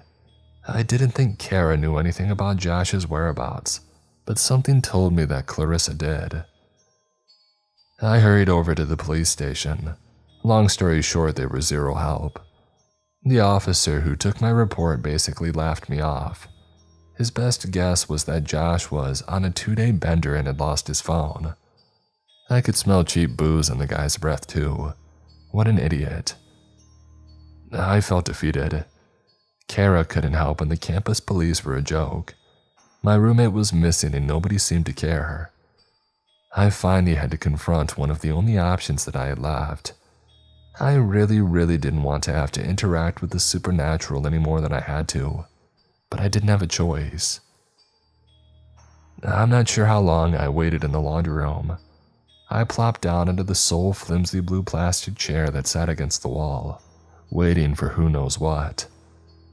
I had never seen the laundryman before, and I had no idea how to purposely find him. Heck, I wasn't even sure if it was possible, but I had to try. I could feel my eyelids growing heavy. Between my lack of sleep and the low hum of the washers and dryers, I was inevitably lulled off to dreamland. I tried my best, but in all honesty, I never stood a chance at staying awake. Hey kid. I was jolted back to reality by the sound of a man's voice. It was rough and gravelly, like he had been smoking cigarettes since the age of 5. My eyes shot open and they immediately darted around the room, searching fervently for the voice's owner. But I couldn't find anyone. Hey kid. And then suddenly I saw him. There was a man standing in the corner to my right, leaning against the white brick wall. An outdated bowler hat obscured his face from view. His outfit was replete with a brown blazer, khakis, and a pair of sleek black shoes. With my lack of historical knowledge, you could have told me that it was Frank Sinatra, and I would have been none the wiser. My brows furrowed in confusion. I could have sworn that I had looked there. It was as if the man had just appeared out of nowhere. "Hey kid," he repeated a third time. "Hey dude," I replied, standing from the uncomfortable kiddie chair. "That ain't a respectful way to speak to your elders," he said, meeting my gaze. His eyes glowed red, paralyzing me with fear. "Sorry, that was rude of me." "I'm willing to look past it, if you do something for me," he grinned, a wicked smile inching across his lips. Yeah, what do you want?" "Give me a nickel, I gotta do laundry." I stared at him blankly. "How long has it been since you've used these? It costs $1 now." "Look, kid, I ain't in the mood to negotiate. If you want to give me $1, fine by me, then hand it over." I took a cautious step forward, producing my wallet from my back pocket. I sighed when my eyes landed on the contents within. "Here, I've only got a 5, I said, slapping a crumpled bill into the man's outstretched hand. Thank you kindly. If that's all you gotta say, then I'll be taking my..." "Wait." The man cocked his head to the side like a curious dog. "Did you really just interrupt me? Never do that again. You hear me? What was so important that you felt the need to cut me off?" I shamefully met his burning stare. "Sorry, I came here to ask about my roommate. He's been missing for a few days and I was hoping that you might know something." The man twirled the $5 bill between his fingers, his visage melting into a pleased smile once again. "I don't answer to no one, but I'm making an exception just this once, on account of your generosity. What did the kid look like?" I released a breath that I hadn't known I had been holding. For a second, I thought I was going to end up as nothing more than a dash of blood on the linoleum. "He's about 6 feet tall, brown hair, green eyes. His name is Josh. He said that you asked him for a nickel a few days ago and he refused." "Oh yeah, I remember him. Kinda goofy looking, right?" "Yeah, that's him." That malicious smile returned to his face. The man's eyes burned bright with elation. I felt a chill ripple down my spine at the sight. "If I were you, I'd check the vending machines." And with that, the man turned and faded into thin air. My eyes grew wide as dinner plates. No, this can't be happening. I sprinted to the lobby as fast as my legs would carry me. I flew past the front desk and around the corner, where the vending machine sat tucked away at the end of a desolate hallway. I prayed to any god that would listen that I wouldn't find anything out of the ordinary, that the laundryman just had a twisted sense of humor.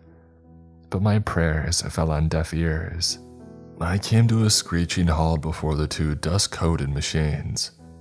I took a deep breath, steeling myself for the possibility of what I might find. Nothing could have prepared me for what I would see. When I glanced up, I immediately stumbled backwards. Tears shrouded my vision and I could feel hot bile creeping up my throat. I began hyperventilating and I fell to the wall for support. The vending machine to my right was filled to the brim with body parts. Each compartment oozed a deep crimson, steady streams of viscous liquid dripping down and pooling at the bottom. Eyeballs, fingers, chunks of a torso, arms, legs. They were all haphazardly strewn about the machine. Even a detached scalp with blood-spattered brown hair was available for purchase. One glance and I knew beyond a shadow of a doubt that the remains belonged to Josh, because through all the blood and viscera, I could faintly make out the tattoo of Josh's family crest on the underside of a severed wrist. I couldn't hold it down any longer. I vomited all over the linoleum floor. I didn't even care. That crappy night janitor could have a field day cleaning that up. It deserved it. Heck, every entity in the entire college deserved that, and so much worse. Animals, every one of them. I don't know how long I sat there. I wailed, my lamented cries reverberating through the empty halls. Kara either didn't hear or didn't care enough to check on me. I wasn't surprised. By the time that I had managed to calm myself down, I bolted to the front desk, my eyes puffy and red. Maybe if I told someone, maybe if I just let somebody know that whatever I put Josh in there could reverse it. Maybe there was some kind of protocol for this sort of thing. I shouldn't have been so naive. I began shouting at Kara like a madman. I was spitting out words faster than my brain could process them. The vending machines, body parts. There's body parts and blood, so much blood, it's all over. My roommate, he's dead. Please help me. I begged, tears flooding my cheeks once again. Kara sighed and turned to Clarissa, who was nearly bouncing up and down with elation. Her pupils consumed the entirety of her eyes, but I swear that I could make out something behind those empty, endless pits. Joy. The little girl's smile was the widest that I had ever seen it. Everything about her made me sick. Without even a twinge of emotion, Kara met Clarissa's gaze. Did Clarissa stock the vending machine today? Clarissa nodded her head fervently, her smile unwavering. Kara pursed her lips. Did Clarissa put this guy's roommate into the vending machine? Again, she eagerly nodded in affirmation, her neat black braids bouncing atop her shoulders as she did so. And where did Clarissa get the body this time? Kara asked no one in particular, ensuring that she never made eye contact with the little monster with any of her questions. Clarissa leaned in close to Kara's ear and cupped her hands. I strained my ears, listening intently. Though it was soft, I could barely make out what Clarissa told her. The laundryman. Well, you have your answers. The laundryman killed him and Clarissa put his body in the vending machine. You will be contacted at some point within the next 24 hours regarding a potential leave of absence and grief counseling. I'm sorry for your loss, Kara said despondently, typing frantically at the keyboard before her. No, there has to be something that you can do. Some way to bring him back, anything, come on.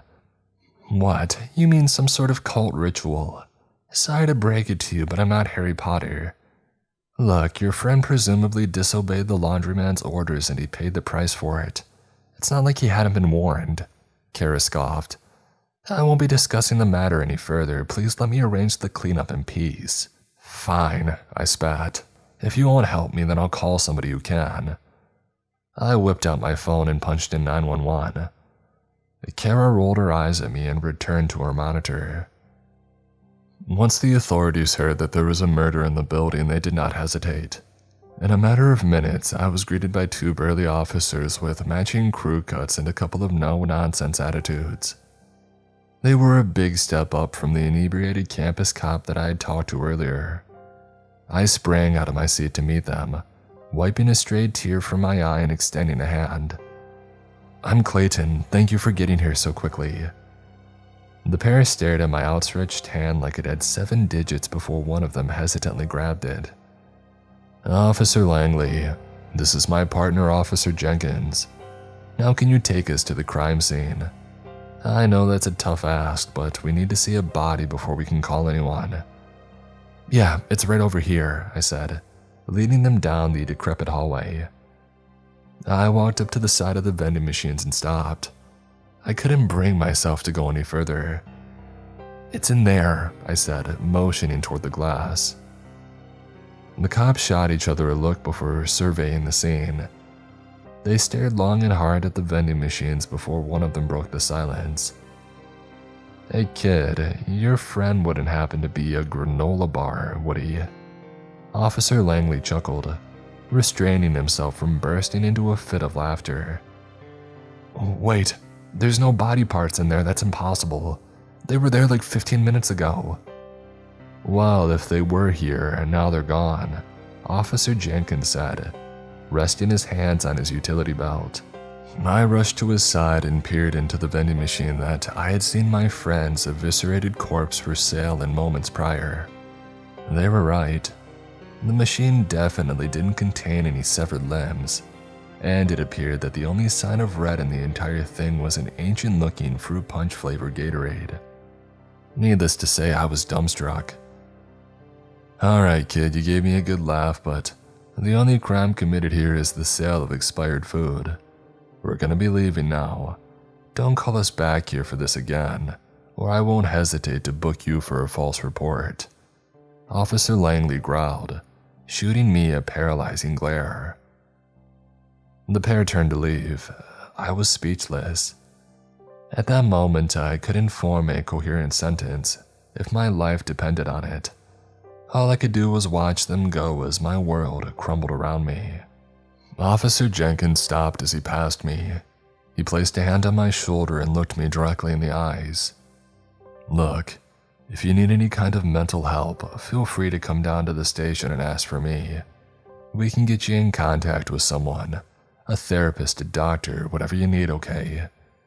I slowly nodded. I was in such a state of disarray that his words barely registered. "I'm serious, whatever you need. Take care of yourself, Clayton," Officer Jenkins said as he gave me a small wave and walked away. Next, I did the only thing that I knew to do. I went up to my empty dorm room and I cried. That moment replayed in my head over and over again like a broken record. I knew what I saw. Josh's green eyes shimmering back at me through the B4 and C8 slots. As much as I want to, that's an image that I will never be able to erase from my head. I sobbed and sobbed until I had no tears left to cry. I tried to focus on the happy times, I really did, but those nauseating images were seared into my mind's eye. Eventually, I just sat there. Josh didn't deserve that. He should still be here with me. The more that I thought about it, the more I realized that Josh was right. So what if he hadn't given some stupid supernatural entity 5 cents? That didn't warrant a murder, especially not one at that level. As I lay there and pondered, a deep rage began to consume me. A fiery determination blossomed within my chest. Suddenly I knew what I needed to do. I was going to put a stop to these things once and for all, and I knew just the person to help me do it. I marched up to Bryson's door with a passion that I hadn't felt in a long time. "Bryson, open up. There's something that I need to talk to you about," I screamed into the wooden frame.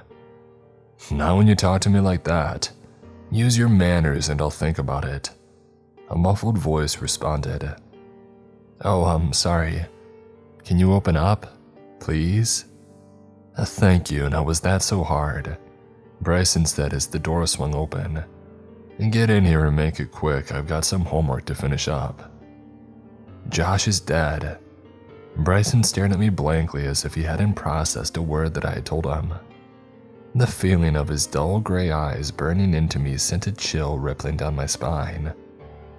"What did you say?" Bryson demanded. "Josh is dead. I found his body in the vending machine. According to Clarissa, the laundryman got him." Bryson began hyperventilating. He grabbed fistfuls of his hair and started pacing aimlessly around the room. No, I told him that would happen. I told him so many times that he needed to follow the rules. This isn't my fault. It couldn't be my fault. He didn't listen. Nothing that I could have done. Yeah, that's right. There was nothing I could have done. Wait. Bryson stopped his manic rant and he glared at me, narrowing his eyes. "You didn't speak directly to Clarissa, did you? How do you know this?" "No, I didn't speak to her at all this time. The front desk girl asked her indirectly, and on top of that I asked the laundryman if he knew anything about Josh. He was the one who told me to check the vending machines." "Phew, okay, at least you didn't screw yourself over. I can't believe this. I had a bad feeling about that moron from the very beginning. I should have trusted my gut. No, this isn't your fault, it's nobody's. We shouldn't have to follow a bunch of tedious rules to avoid dying at the hands of some twisted paranormal entities. It's not fair, and that's why I want to put a stop to it." Bryson sighed, taking a seat on his bed. "Sit," he requested, patting the spot next to him. I diligently obeyed. I always knew this day would come. Deep down, I wanted it to. I always thought that I would be the one to bring about this place's downfall, but I guess I just needed somebody to help me do it. And now it's clear to me that you're the one that I've been waiting for. But before I help you, there's something that you should know. Clayton, He trailed off before taking a deep breath and continuing. I've never told anybody this, but I'm dead. I know it's a weird thing to have to acknowledge, so you don't have to keep going. Bryson glanced up at me. I watched as his countenance melted from one of shock to acceptance. No, I have to get this off my chest. I've been quiet about it for 23 years. 23 miserable years. This is probably the only chance that I'm going to get. I nodded, solemnly meeting his gaze. I understand. I'm all ears. It happened in April of '99. I was a sophomore living here. It was weird living in the dorms again, but all my friends commuted to school every day, so I didn't really have many other decent options. And I had braved this place for a year already, so why couldn't I do it again, right? I was such an idiot. God, I was so stupid. He paused, taking a moment to steady himself. Sorry, it still gets me emotional. So, it was almost exam week and everybody was stressed. 9 more days and I would have been able to go home. I just had to focus on my studies and ignore those entities for 9 days. I was so close. So close to going home and spending at least another 4 months with friends and family, but I couldn't do it. I want to see them again. I want to see them so badly. I want to spend time with my buddies down by the lake. I want to hear my dad's hearty laugh when I tell him about my crazy misadventures. But most of all, I just want to hug my mom one last time and tell her how much I love her. Those things, they took that away from me. My whole world, everything that I truly cared about was ripped away from me in a matter of seconds. And the monstrosity that did it didn't give it a second thought. Bryson broke down. Tears streamed down his face and I placed a hand on his shoulder as the sobs racked his body. Those were the most soul-shattering cries that I've heard in my entire life. My heart broke for him. Bryson had lost so much, but he had stayed strong for all these years. That only further steeled my resolve. I needed to end those wretched beasts. For Josh, Bryson, and every other victim that they had claimed. Once he had dried his tears, though, Bryson gazed up at me, determined to finish his story. This is my punishment, Clayton.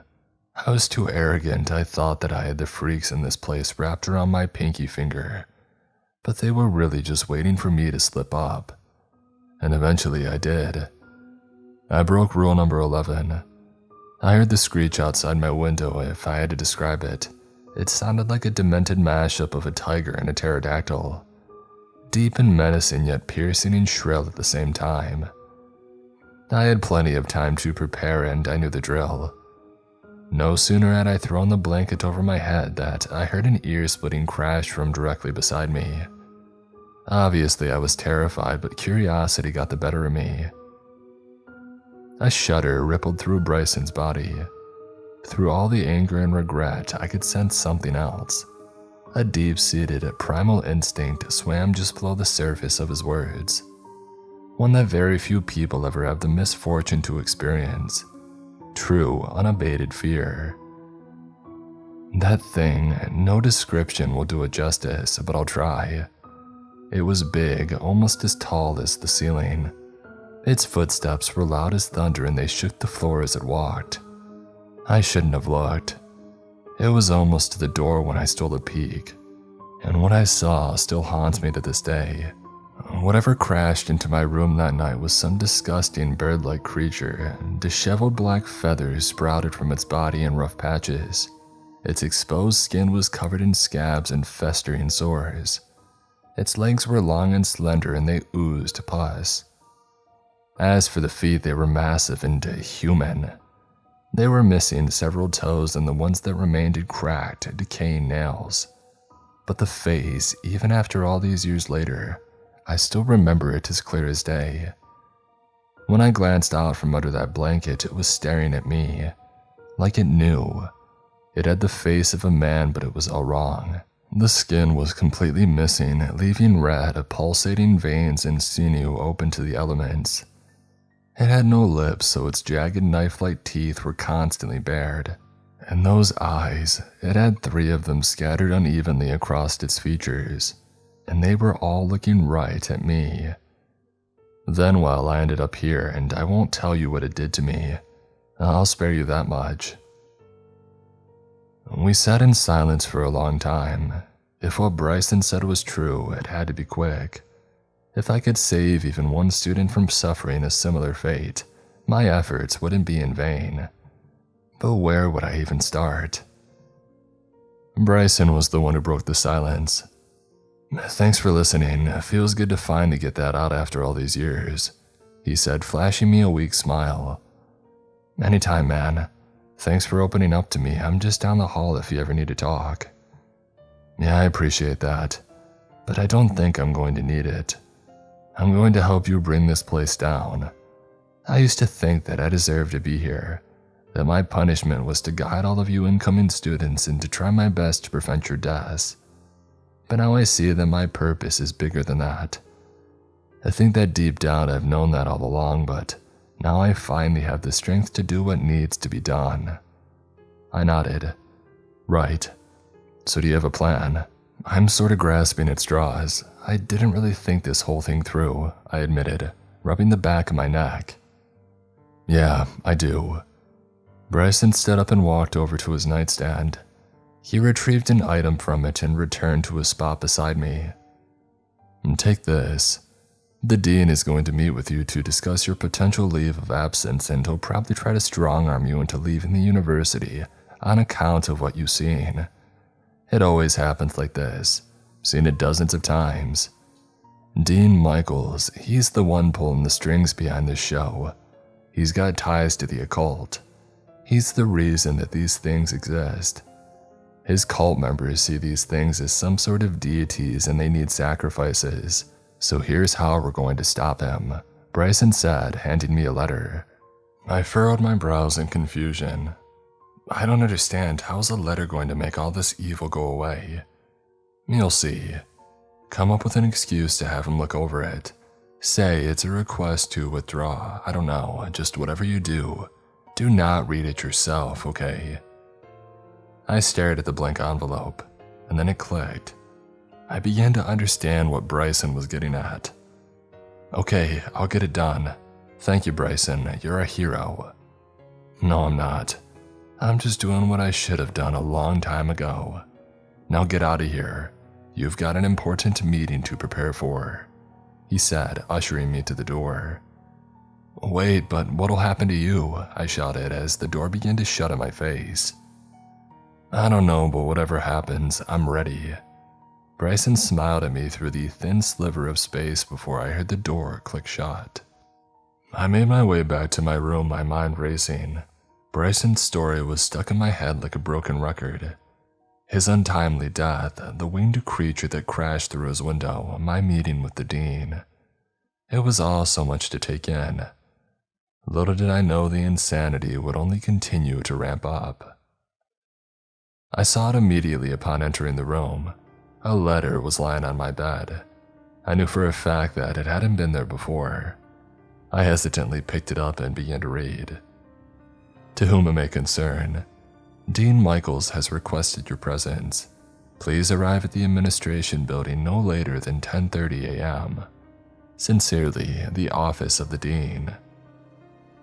I pursed my lips as I tossed the note into the wastebin. Seriously, my roommate was dead and that idiot couldn't even address me by my name.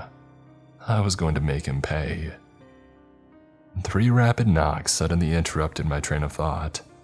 "A dorm electrician, I've got to report that." I didn't give him a chance to finish. I had had it with everything. "Go screw yourself, there's nothing broken in here." A deep, menacing voice instantly responded. My eyes grew wide as the door began to rattle in its frame. "What did you say? Are you calling me a liar?" No, I'm sorry. I meant to say that there's a problem in the bathroom. Yeah, that's it. I was the one who filed the report. There's a light out in there." I waited with bated breath, hoping that I hadn't screwed up too badly. "Oh, well, why didn't you start with that? I'll get it fixed in a jiffy." I exhaled a sigh of relief. That cemented it. By the next day, either the entities would be gone or I would. Either way, something had to give. I awoke to my alarm blaring in my ear. I jabbed blindly at the stop button before glancing at the time, 10:02 a.m. I slept through my freaking alarm again, I shouted, leaping out of bed. I darted around my room, throwing together an outfit while simultaneously running through my daily hygiene regimen. Yeah, I might have left with mismatched socks and I may have had my shirt on backwards, but I managed to make it out of the dorm in 20 minutes flat. The administration building was on the other side of campus, so I would have to run for it if I was going to make it on time. I took off into a dead sprint, adrenaline surging through my veins. A sudden thought sent me into a panic and I grinded to a stop. I frantically felt around in my pants. No, please don't tell me. And then I found it, the letter. It was protruding from the back pocket of my jeans. Close one, I muttered as I resumed my mad dash for the admin building. By the time that I arrived, I was a sweat-soaked and wheezing mess. I stumbled up to the student working the front desk at 10:30 on the nose. I had made it by the skin of my teeth. Hey, I need to... that took a lot out of me. I have an appointment with the dean. My name's Clayton, I sputtered, struggling to catch my breath. Both of my legs and my lungs were on fire, offering me a not-so-subtle reminder to get my lazy butt in shape. I'm not seeing you in the system. You sure that you have an appointment? Yeah, I got a note yesterday. The boy eyed me suspiciously. Oh yeah, where is the note then? It's right, I must have forgotten it in my dorm room. Well, I'm sorry then, there's nothing that I can do for her. Clayton Atkinson, right? A well-dressed woman carrying a clipboard marched up to me. She wore a thin, gray pencil skirt with a gray blazer and a pair of black high heels. If I hadn't known any better, I would have thought that she was the dean. Yeah, that's me. Who are you? The woman held her chin high, glaring down at me like I was a pile of steaming garbage. You will address me as Mrs. Thompson. I'm the dean's assistant, now follow me. The dean is on a very tight schedule and you are late. Geez, nice to meet you too, lady. And we proceeded down the hall and into the elevator. We stood in awkward silence for at least a solid minute on the ride up.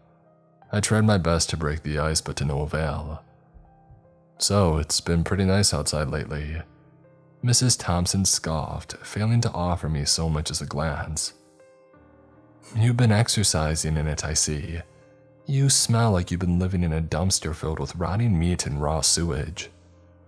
Thanks for letting me know. The gracious ding of the elevator couldn't come quick enough. Of course, the dean's office happened to be located on the top floor, and just my luck. I followed Mrs. Wonderful down a desolate hallway before we reached the door. An engraved, gold-plated plaque jutted from its surface. Dr. Alan Michaels. I took a deep breath as Mrs. Thompson knocked. This was it. Dr. Michaels, your 1030's here. Bring him in, a muffled voice requested. Though its tone was jovial, something about it made my skin crawl. Mrs. Thompson pushed open the door. Inside, it was eerily dark. The blinds were drawn and the only light source was that creeping in through the cracks. Once my eyes had adjusted to the darkness, I could make out a figure sitting behind a desk at the far end of the room. Thank you, Justine. You're dismissed. Clayton, is it? Come, boy, take a seat. I reluctantly obeyed as the door clicked shut behind me and Mrs. Thompson disappeared from view. Blood pounded in my ears with each step that I took. Every synapsis of my brain screamed at me to turn around and run, but I fought off the urge. I had to follow through with this. Once I reached the desk, I pulled out a chair and anxiously took a seat. My heart began to palpitate wildly in my chest when I got a chance to drink in the dean's features. He was ghostly white and his hair was slicked back, cheap pomade glistening within. He wore a wide grin on his face, sharp pointed canines gleaming at me through the inky black. His eyes looked predatory, hungry. I couldn't be certain, but for a moment I could have sworn that I could see a flash of red jolt across his pupils. Mr. Atkinson, it's a pleasure to make your acquaintance. It's a shame that it has to be under these circumstances, but it's a pleasure nonetheless. He stated, that manic grin never wavering. Likewise. Now, to the matter at hand, I'm sure that you have no doubt in your mind about why I called you here. I wanted to offer my personal condolences in regards to your roommate Joshua. Rest assured that his family has been notified and the cost of funeral arrangements have been shouldered by the school. As for you, he said, propping his elbows onto the desk and resting his chin in his hands, you must be in a state of shock. Yeah, I guess you could say that. Alright then, I have a proposal for you. Would you like to hear it? He hummed, his eyes lighting up. I felt like a mouse being cornered by a cat. Yeah, what do you propose? Seeing as this is your freshman year, we will give you a clean slate. We will wipe any records of the failing grades that you would receive for dropping out at this point in the semester, and we will refund your tuition payment. In return, you can take as much time as you need to grieve, and we will consider you to be re-accepted to the university once your mental state is improved. Would that be sufficient? What about Josh? What are you going to tell his family? They deserve to know the truth. The truth? Joshua took his own life. In his final note, he had requested to be cremated. We were only following through with his final wishes. He snarled, producing a note from the pile on his desk. I read its contents in disbelief. Whoever had written it had emulated Josh's handwriting perfectly. What is that? Josh didn't do that to himself. He was murdered by one of those monsters. Oh, you have it all wrong, my boy. I'm sorry to say that your roommate did take his own life. And besides, he said, leaning in close to my ear. He whispered softly, barely loud enough to hear. Nobody will believe you. Just look at what happened when you reported it to the police. My blood turned to ice. I didn't have a choice. Even if I tried to tell somebody what happened, I would end up looking like the crazy one. He had me right where he wanted me. All right, I'll consider it, I said, taking the letter from my back pocket and extending it to him. If you read my letter of resignation from the school, that's it, just a glance and I'll be out of your hair forever. You have my word that I won't tell a soul about anything that I've experienced in my time here, I said, staring into the floor as the dean snatched the letter from my grip. Out of my hair forever, you say? I may as well get this over with then. He greedily ripped open the envelope and began to read. In a matter of seconds, his Cheshire grin flipped to a frown. He scowled at me, a menacing hatred pouring from his gaze. This isn't a resignation letter. I swear that I'll rip you limb from limb. Dean Michaels lunged at me, his icy fingers squeezing my throat with a vice grip. I smirked at him through the pain. Tough luck. You just broke rule number 6. I clenched my eyes shut as he continued to increase the pressure. I could feel myself running out of breath. I clawed and writhed and bit with no progress, and then, just as I thought I would pass out, I was freed. I hesitantly opened my eyes as the room was bathed in light. Dr. Michael stood by the window with his hand on the blinds, and the smell of burning flesh assaulted my nostrils. I watched in both amazement and disgust as he plunged his clawed fingers into his eye sockets and began to pull erratically. I turned away, unable to stomach the gruesome scene. I no longer want the burden of sight. Dahlia, why? Why would you write something so sinister? Why? His voice became weaker and weaker as the stench grew stronger. After I could no longer hear his cries, I glanced at the pile of burning flesh before me. Blood was seeping into the carpet from the dean's empty eye sockets, and his eyeballs were nowhere to be found. I rose to my feet and powered through the rancid odor to make my way over to him. I spat on his decaying corpse, smearing the spittle into the back of his smoldering skull with the heel of my shoe. That's for all the pain you've inflicted. I hope you rot. I gave him one last hearty kick to the nose before I walked out the door. A sense of satisfaction crept over me as I walked away. After all, I planned to keep my end of the bargain. As I stepped into the frigid winter air, I could sense an immediate change. Once the veil was lifted, everybody began to see Eaton Hall for what it really was. A structurally falling pile of bricks that should have been torn down ages ago. One call to code enforcement was all that it took to have the building demolished. I left immediately, so I didn't have the fortune of seeing the place torn down, but I'm willing to bet that it was a breathtaking sight. Of course, the school covered up the dean's death. Headlines claimed that he was hit by a garbage truck while crossing the street. I'm one of the only ones who knows what really happened to him. I hate that I wasn't able to bring his actions to light, but I revel in the fact that he died a painful and gruesome death. He deserved nothing less. I never saw Bryson again. I don't know what became of him, but I truly hope that he's gained the peace that he sought for so long. Something tells me that he's moved on to a better place. As for me, I've decided to go to trade school.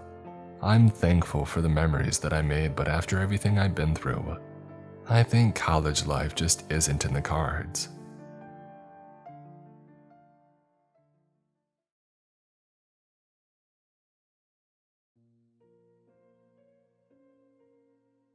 Driving in the dead of night down a dark ribbon of asphalt is enough to put anybody to sleep. Add in the complete lack of scenery, unless of course you count endless rows of giant corn stalks that flank both sides of the road. I don't know how they make them grow that tall. Maybe they put something special in the fertilizer. But in any case, rows upon rows of corn with nary a break in sight for miles can make me go a special kind of crazy. That is, if I can keep my eyes open long enough. I wish there was some other way for me to get home at night. Any other way, but there isn't. I live at the far end of the road, surrounded by cornfields. Going faster wasn't an option. With the corn so close to the road, I had no warning if a deer jumped out in front of me. And believe me, I've had plenty of those. Fortunately, I kept to my own personal speed limit of 40 miles per hour. It helped me to avoid making a fur hood ornament out of many deer. And not to mention the other creatures that seem to think they own the road. My car was a factor too. At this point, I'm not sure it would tolerate going much faster than 40. The engine light had gone on around a month ago, but I didn't have the time or money to get it to the garage. I just prayed every time that I turned the key that it would start and get me home or to work, depending on what time of day or night it was. Those were the only places that I went anymore, home and work. Occasionally I would stop after work and get some groceries, but that was it. When you worked at a factory like me that seemed to think you were just another machine they could run as much as they wanted, home and work was all that your life consisted of. This night, I would be especially glad to get home. My feet were killing me and I was exhausted. I was due back to work in less than 12 hours and I needed to get as much sleep as I could. Not that any of that was a rare occurrence. My feet were always killing me and I was always tired. Even on my days off, all I did was sleep, trying to catch up from a week of working 12-hour days. The corn seemed to be blurrier than usual tonight, and I caught my eyes going closed more than a few times. I woke up to the sound of metal grinding and lights flashing on my dashboard as the car lurched to a stop. There was no time to pull over. It ground to a halt in the middle of the road. I tried to start it a few times only to be rewarded by the sound of metal grinding against metal.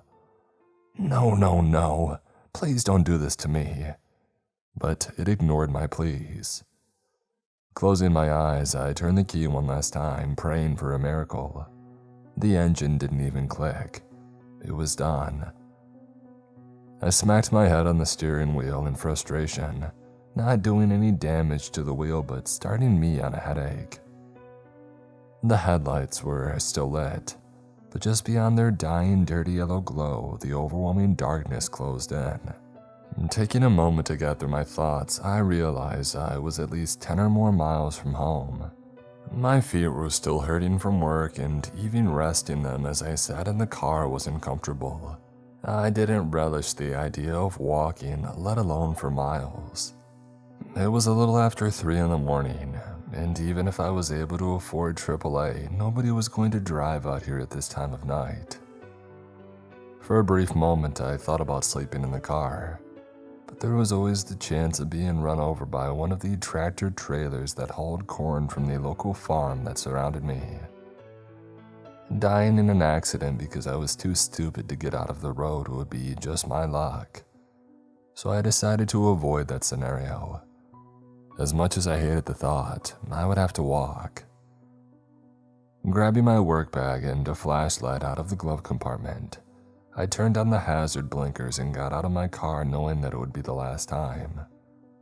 I only hoped I would get some trade-in value for it when I went to buy a used car that I couldn't afford. But with my luck, the dealership would probably charge me more to tow it than they would give me on a trade-in. Not bothering to look back, I turned on the flashlight and started walking. Pain shot through my feet and up my legs with every step. After 10 minutes, I couldn't take it anymore. I stopped and sat in the grass on the side of the road, digging through my work bag for the bottle of ibuprofen that I carried and used every day.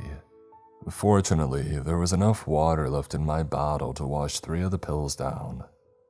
It took every ounce of my willpower to get up and start walking again. The pain hadn't gone away and it hadn't gotten worse.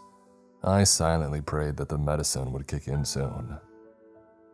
Trying to focus on something, anything other than my feet, my flashlight swept back and forth across the road, sometimes catching the edges of the cornfields. It wasn't supposed to be cold today. The temperature was in the low 60s this afternoon, yet for some reason I caught a chill as I walked. I guess I hadn't planned on walking home tonight. It had been warm enough that I hadn't brought a jacket to work, and now I regret that decision. As if reading my mind, the wind kicked up, sending a gust my way, causing me to shiver. Oh, what's next, a rainstorm? I thought. I looked up into the pitch-black sky with not a single star in sight, waiting for the impromptu shower that was sure to come. That was the way my luck was running. As I waited for the downpour, I trudged on, each step delivering pain. I wished there was a way to prove that the company was at fault, to sue them and then retire, but I knew there was no proof. Others before me had gone through the same thing and none of them had any proof either. They just slowly disappeared one by one. Management found some excuse to fire them, and since the company was such a large employer in the town, the fired person was also blacklisted. I know they say blacklists don't exist. Tell that to the people who were fired and weren't even given unemployment because the company didn't want to pay for it, so they bullied people into keeping their mouths shut. If only I could get another job. But the company was the highest paying around by a slim margin. That's why they built their factory in a depressed area. No competition. And no one could afford to take even a minor pay cut with the way insurance costs were, not to mention such frivolous things like food. As depressing as the thoughts were, they distracted me from the pain in my feet and legs as I walked on the road, hugging myself, trying to keep the flashlight pointed ahead, shivering from the wind. As my shaking hand made the light jump all around, I saw a set of eyes peek out of the cornfield ahead of me, and then dart back in and disappear. At first, I thought it might have been a dog or a cat, but it seemed too big to be either of those. That thought concerned me. Having something bigger than a dog peeking out of the cornfield at me when I was miles away from any help or shelter wasn't high up on my to-do list at the moment. But the fact that it ducked back into the field gave me a boost of confidence knowing that it was more afraid of me than I was of it. When I got to the point where the animal had peeked out, I slowed and shone my light in through the impenetrable curtain of corn stalks. There were no eyes and nothing jumped out at me, so I shrugged and continued my painful march toward home.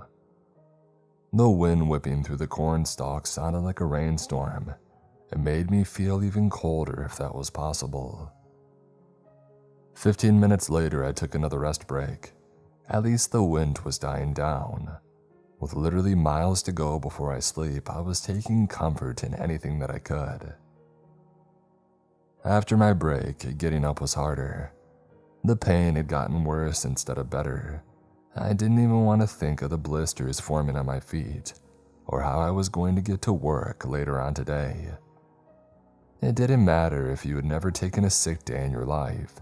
The company did everything they could to make you feel like a piece of crap for even attempting to call off. I truly believe if I went to work with a severed arm bleeding all over, they would hand me a mop and tell me to get to work. As my hopelessness and bitterness fought over which felt more justified, I heard something behind me. It sounded like the corn stalks rustling, and so I ignored it as the wind and kept walking. The next problem my mind decided to torture me with was my car. How was I going to get to work without a car, and how was I going to afford a car if I couldn't get to work? A wonderful conundrum that I would have to solve later today. As I wrestled with that problem, I heard the corn stalks rustle again. I stopped and looked around. The wind had died down and the air was still. None of the stalks were moving. In fact, it had become eerily quiet. I shone my flashlight into the corn, doing a slow turn to search for whatever had made the noise, but I didn't see anything. Not entirely satisfied, I turned and started walking again. It wasn't long before I heard the rustle. This time I didn't stop, and neither did it. I went a little faster, and so did the noise. I broke into a run, and the noise kept pace with me. I skidded to a stop, nearly stumbling. The noise in the cornfield stopped as well. There was no doubt about it. Something was following me, and it was keeping pace with me. It was stalking me. I turned toward the field and shone my light into the wall of green. The wind was still and there was no movement. I could feel the stillness. The chill I felt no longer had anything to do with the temperature. I wanted to see what was following me, but at the same time I didn't want to know. Out here in the middle of nowhere, I was on my own and didn't like my chances of fighting off a predator. There was nothing that I could do about it. The closest thing that I had to a weapon to defend myself with was my flashlight, and I was sure that wouldn't do much against a determined predator. For a fleeting moment, my mind thought, you know what, bring it on. At least if something attacks and kills me, I won't have to deal with walking miles on my feet that feel like razor blades or tearing them slowly to pieces. It's awesome to realize that your mind is actively trying to kill you. With nothing left to do but walk, that's exactly what I did. Trying my best to ignore the pain as well as the disturbing feeling in the back of my mind that I was being hunted. As soon as I had started, the sound started beside me. I did my best to ignore it. Shooting furtive glances into the cornfield now and then didn't have any results at first, but after a few minutes I noticed that I could see something pale through the corn. It was walking next to me in the first row of corn, maybe trying to get a feel for what I was. The funny thing was, that's exactly what I was trying to do. Stopping and ripping open the layer of corn stalks was a last resort. I didn't want to spook this thing into attacking. For the time being, I began thinking of it as my walking buddy, my companion on a dark night with only a flashlight to keep me company. Thinking that helped me keep the fear at bay. I had no sooner thought it until a light appeared in the road in the distance. I watched with great curiosity as it came closer. It was moving fast and almost to me. Apparently, it didn't care if something jumped out in front of it. It was close enough now that I could see it was a big rig truck. Must have been one of the ones that delivered corn from the farm. I waved my arms in hopes of flagging it down and perhaps grabbing a ride home. The problem was it was going in the opposite direction, and there weren't many places on this road where a big rig could turn around, even if it would. Waving my arms, I still stayed on the side of the road. If the driver didn't see me, or worse, didn't care, I didn't want to be found in the middle of the road days later, as nothing more than an unidentifiable bloody lump of goo sitting in the middle of the road for crows to peck at. The truck was almost here. My arms waved furiously, but it didn't seem to be slowing down. Either the driver was having a hard time staying awake, as I often did on this road, or he was ignoring me. It was so near that the headlights blinded me and I had to hold my hand over my eyes. Just then, I felt something push the middle of my back so hard that I lost my balance, and I fell in the middle of the road with the truck bearing down on me. My mind went into panic mode and I scurried like a crab toward the side of the road, the truck's tires missing me by mere inches. As I rolled into the grass on the far side of the road, the wind from the passing truck washed over me so strong, if I had been standing, it could have knocked me down. I watched in shock as the truck continued on. Its brake lights didn't even flash for a moment. Hopelessness and rage fought for control as I watched the lights disappear into the distance. It didn't even dawn on me how I had ended up in the middle of the road until I had stopped to think about it. Someone or something had pushed me. Something wanted me dead. I shone my light over in the corn and stared at the other side of the road. Something in the corn stared back. All I could see was a pair of glowing eyes. They were somewhere between white and yellow. I seem to remember reading somewhere that a predator's eyes would shine white or yellow when reflecting light.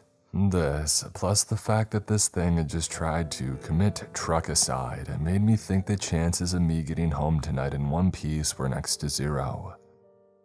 It must have sensed my fear and felt emboldened by it because it stepped out of the corn toward me. It took my mind a moment to sink in and what I was even seeing. It was hideous with large protruding eyes, pale skin, and many more arms or legs than any animal was supposed to have. At least any natural animal. The extra arms dangled just behind its neck, but they looked oddly human, with the exception of thorns growing out of them and razor-sharp claws.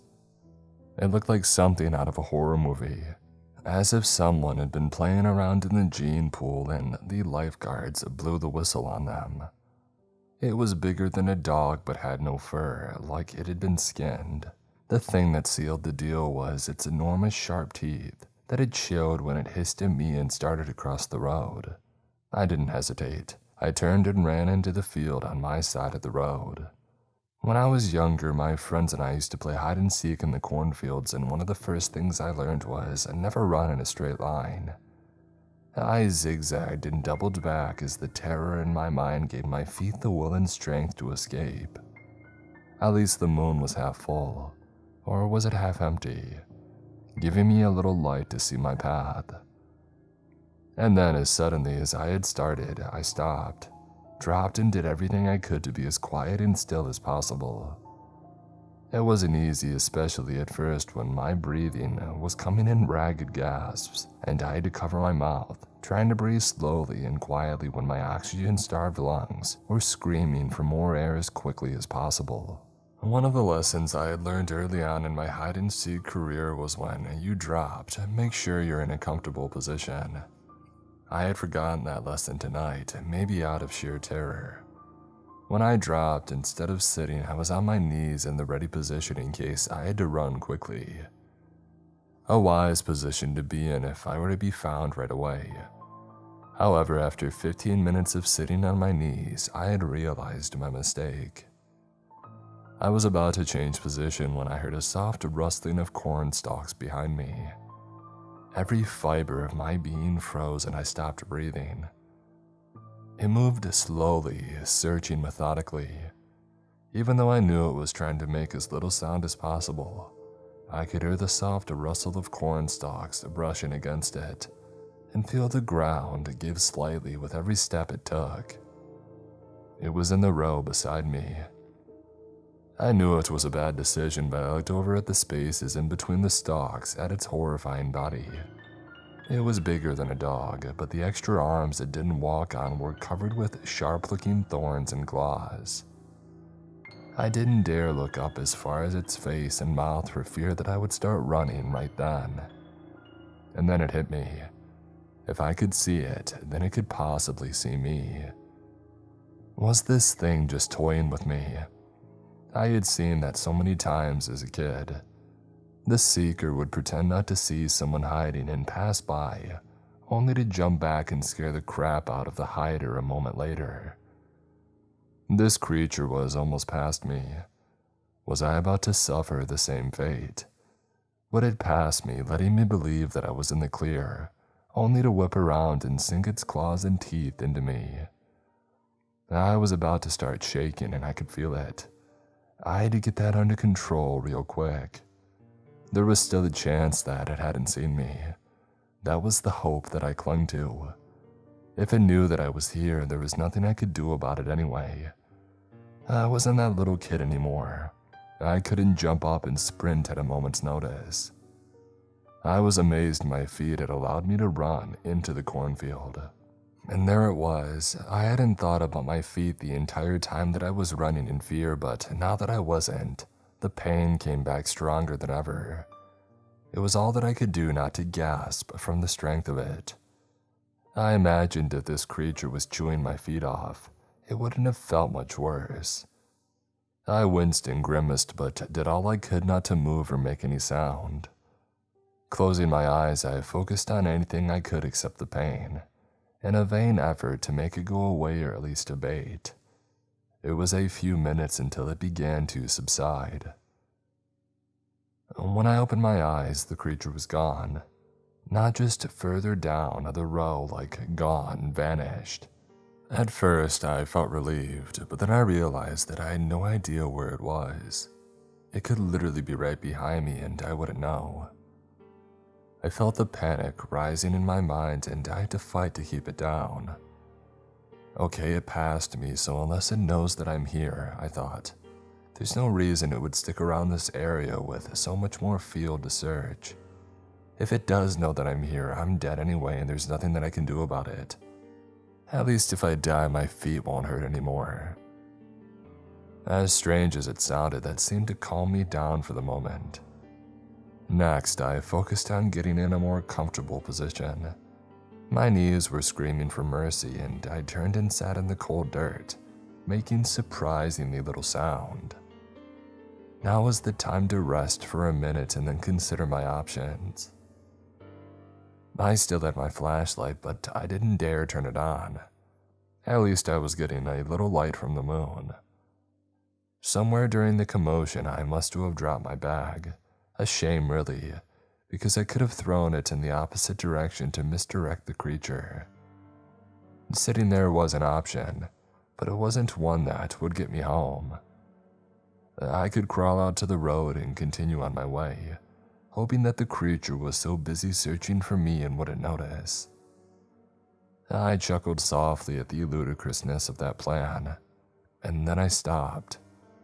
Why not, I thought.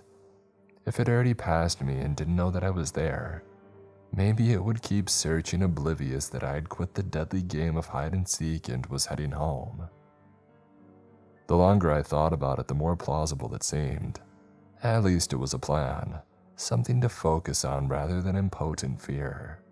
I turned around as quietly as possible and began crawling toward the road. After a short time, I had had enough of that and stood, stepping sideways to brush against as few of the leaves as possible. I found the noise I made this way was less than what I did while crawling, but it was still noise. I had no idea how near or far that thing was, and if it was close, it was bound to hear me. The thought made me want to go faster, but I realized that panic would only get me caught. Besides, maybe it was making just as much noise looking for me. As I comforted myself with that thought, I felt the first raindrop hit my cheek. Looking up, I watched the moon disappear behind rain clouds, and with it went my light. At this point, it didn't matter. I was in a row that was heading toward the road, hopefully, and once I stepped out onto the road, I could use my flashlight again, covering it up and only allowing a sliver of light to escape at a time. I kept walking, glancing behind me from time to time as the rain intensified. It wasn't long until the fear of the last hour or so gave way to shivering as the cold rain soaked me. I once again lamented at not bringing a coat. All I could see were a few corn stalks in front of me. The storm had robbed me of even a little light the moon had provided. The rain pounded harder so that I could barely hear myself walking. I took the opportunity to walk faster when suddenly the corn stalks disappeared. It happened so fast that I nearly lost my balance and fell face first onto the road. I made it back. I felt like whooping and hollering, but that would just tell the monster where I was at.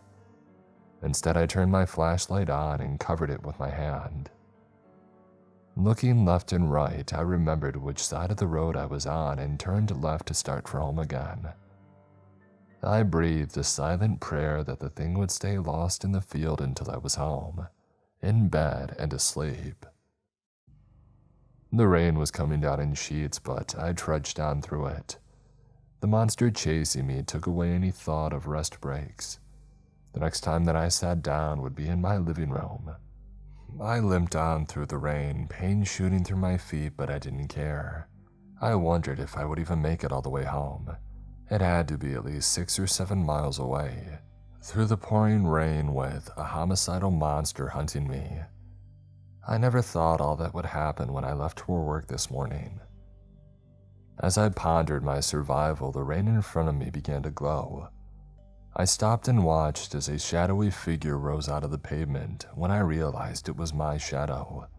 I whipped around and saw a truck barreling down the road toward me. This could be my salvation or my doom. I aimed my light at the driver's side windshield and prayed for the best. For one long moment, nothing changed. The truck kept coming just as fast as ever. But then a miracle of miracles, I heard it slow with the brake and eventually come to a stop beside me. The driver's side window came down and a large woman stuck her head out through it. "Are you nuts? You trying to get yourself killed?" "No, ma'am, my car broke down. I was trying to get home." She shook her head. "Where's home?" I pointed in the direction she was headed and said, "Around 7 miles that way." She looked at me as I stood in the pouring rain, and for an instant, I thought she was going to roll up her window and leave me standing there. Of all the terrors that I've dealt with tonight, this one was the worst. "All right, get in," she said, nodding toward the passenger side. I ran around and climbed into the cab, profusely apologizing for getting her seat wet. "Nah, it's a company truck, don't matter to me." She put the truck in gear and it slowly started forward as I leaned back in the seat and closed my eyes. "Was that your car back there in the middle of the road?" she said. "Yes, ma'am." She looked at her odometer. "Well, you've walked around 4 miles so far," she said. I nodded as we picked up speed. Glancing in the side mirror, I saw something running down the road after us but losing ground quickly. Sighing deeply, I swore to never walk this road again. Even if I broke down, I would sit in the car and wait for somebody to happen by. We passed the large farm that I knew was her destination and stopped 2 miles later when we got to my house. It was the only one at the end of a cul-de-sac. The realtor told me they were going to tear it down because the housing development it was supposed to start never happened. The company had gone out of business before they could build anything other than the model house. Instead of tearing it down, they rented it to me after doing just enough repairs to make it livable. "Is this it?" she said, turning partway through and stopping. "Home sweet home. Thank you very much, you're literally a lifesaver." She looked at me with a question in her eyes, but I was already climbing out of the cab and closing the door. I ran to the front door, dodging raindrops as I dug out my keys and unlocked it. Closing and locking the door behind me was the best feeling that I had had in a long time. I painfully pulled off my shoes and left them on the mat beside the door, and then went to the laundry room and stripped off my wet clothes. Next was a shower before throwing on a pair of pajamas and going to bed. Laying there under the warm blanket and soft bed made the rest of my day feel like a nightmare. There was still the problem of what I was going to do about a car and how was I going to get to work, but those would wait until I got a good night's sleep. The last thing that I thought about was that monster and how I had cheated death. I wonder how many of those things were roaming around, what it was, and how many people had disappeared like I nearly had. It was dark and I was back in the cornfield. Something held me tightly as it marched me through the field with determination. I looked down and both my arms were wrapped in corn leaves. I glanced behind me and a stalk of corn marched behind me like a soldier holding a prisoner. Strangely enough, the thought of a corn stalk having me captive didn't bother me as much as it should have. What bothered me more was where we were going. For some reason, I was filled with dread over the destination. I had tried more than once to break free, but the leaves held me tightly, even digging into my arms painfully. Hey, at least my feet weren't hurting. But that was a small consolation. Even though it was nighttime, there was some eerie glow that lit our way, as if some unseen lights hung just out of sight. We came to an opening in the field where a large circle was formed by the stalks being bent to the ground. It reminded me of one of those specials that I had seen on TV about crop circles and how nobody knew how they were formed. At the far side, there was a throne made of corn stalks, and on the throne sat the creature. I tried to stop, to turn and run away, but my cornstalk captor held me tightly and continued forward until we stopped just a few feet from the creature. It looked me up and down in a way that I would call disdainful, as though I were the hideous monster. It made a chittering sound, but in my mind I heard, "Approach." The soldier pushed me closer to the throne and the creature. It reached out with one of its claws and touched my face. I think it was meant to be a soft touch, just exploring my face, but the claws were so sharp, I felt blood trickle down my cheek. It inhaled the scent of the blood and its eyes went to all black, like a shark's when it goes into a feeding frenzy. It grabbed the sides of the throne as if holding itself back, but the chitters grew louder. Suddenly, a massive creature smaller than the one on the throne appeared and began climbing all over me. I tried to throw them off, but I was still being held captive. They began biting me all over, digging into my skin, tearing at muscle until they reached vital organs. Blood flew as my captor released me and I collapsed to the ground, smothered by the tiny creatures, the size of carnivorous guinea pigs eating me alive. The last thing that I saw was the creature sitting on the throne with what I could only guess was a smile as its progeny devoured me. I woke, heart pounding, gulping lungfuls of air and swatting at myself, convinced those things were crawling all over me and tearing me to pieces. When I saw that I was in my bedroom with only my blanket on, I tried to calm myself and get my heartbeat back under control.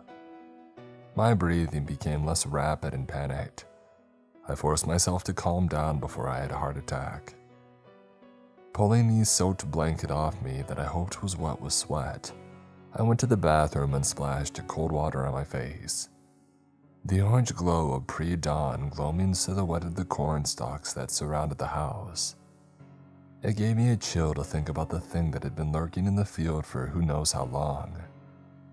I sighed, not wanting to call work but knowing that I had to. The shift supervisor on night shift had become adept at fielding these calls for day shift, and I knew exactly what I would hear. I dialed anyway. It rang for a solid minute before I hung up. It was a well-known tactic of the supervisor that he wouldn't answer the phone on the first try. I suppose he wanted to make us work for calling off. It was a headache for him, so he wanted to return the favor. Yeah, that's the kind of people that I work for. I wish there was any other job around. I dialed again, still not getting an answer. On the 10th ring of the 4th try, he answered. "This better be good." I need to call off. "No joke. Why else would you be calling here at 6:30 in the morning?" I started calling at 6. I wanted to say, but I knew he would just hang up and not answer again. "My car broke down." "Sounds like a personal problem to me." "And I'm sick." There was silence on the other end for a long moment. "Where did your car break down?" "Around 10 miles from my house." "And how did you get home?" I knew what he was doing, trying to get me to tell on myself and prove that I wasn't sick. I was chased by a murderous creature I never knew existed is what I wanted to say, but I knew that wouldn't end well. I hitched a ride on a truck that was headed my way. "Weren't you afraid of getting the driver sick?" he said, every word dripping with sarcasm. I knew better than to take the bait and verbally joust with him, so I didn't say anything. After a minute, he spoke up. "Have a doctor's excuse when you come back to work or you're fired." He waited to see if I would talk back, but when I didn't, he hung up. "Miserable prick," I said to the dial tone. "How am I supposed to get a doctor's excuse when I just told you I don't have a car to see a doctor, and to have him charge me for a fake excuse?" I knew the doctor to go to. It was the same one that all of us who needed fake excuses went to. You would write out prescriptions for anything you asked for, as long as you had insurance and you paid your copay. But unless I wanted to walk 15 miles on foot I could barely stand on through the territory of a murderous creature, that wasn't happening. I had done what I needed to do. I called off. Now I was feeling drained and my bed was calling me to get more sleep, and my car troubles would have to wait until one of the local garages was open. Crawling back under my covers, taking a quick sniff to confirm they were wet with sweat, I fell back asleep, hoping that my nightmare quota had been filled for the night. I awoke with a start and looked over at my clock. It was 9:18 in the morning. I rose and stretched, feeling more rested than the last time that I woke. Getting out of bed, I stumbled to the kitchen for a cup of coffee. Walking past the living room, I felt a breeze. Looking in, I saw an ear of corn laying in the middle of the room. I walked over and bent to pick it up, and that's when I noticed the glass on the floor and on the couch. I followed with my eyes and found the shattered remains of one of my living room windows. My gaze continued outside to my front yard, which bordered the cornfield. As I pondered why somebody would do this, my eyes landed on one spot in the field. Something about it didn't look right. Staring for a little longer gave me the horrifying answer. There, just inside the rows of corn, stood the creature, its eyes burning into mine. Once it saw me staring, it vanished into the field. I nearly had 2 heart attacks running around making sure that every door and window was locked. How any of that would help with a shattered window in the living room I wasn't thinking about at the moment. Pure panic drove me until I returned to the living room and the empty window frame with just a few pieces of glass clinging to it. Where was it? Was it inside the house? Had it climbed through the window while I was off vainly attempting to keep it out? I suddenly felt very exposed, standing there in just my undies and nothing to defend myself. Running to the bedroom, I found the dust-covered snub-nosed 38 in my bedstand drawer, made sure that it was loaded, and then started exploring the house room by room. Naturally, I started with the bedroom, yanking the covers off the bed and then painfully bending down and checking under it. Next came the closet, followed by the bathroom. Instead of making me feel better, each room and hiding place where I didn't find it only made me feel that much more afraid of when I would make the horrifying discovery of its hiding place. I searched the house top to bottom, jumping out from behind each doorway, pointing my gun just like in all the cop shows that I used to watch. Once I got to the basement and searched the last hiding spot, I lowered my gun and went out to the garage. I got a piece of plywood that had been sitting around from an old project that I had started and never finished, and then brought it to the living room and screwed it to the wall, covering the opening. Once done, instead of making me feel better, I thought about all the times that I was searching hiding spots that I could have snuck in. I had to mentally shake myself to stop thinking that way. If it wanted in, it had plenty of opportunity. Perhaps it was nocturnal and didn't want to cross the yard in the bright daylight. Maybe it was just tired from hunting me all night.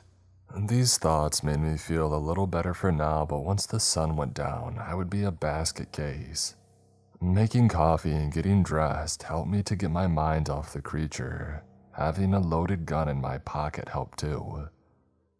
Getting things done was my best defense against sitting in a corner with my back to the wall, gun out, waiting to be attacked. I called the nearest garage and they agreed to come and get the car and tell me how much it would cost to fix. I knew if it was any more than a couple $100 then I was screwed.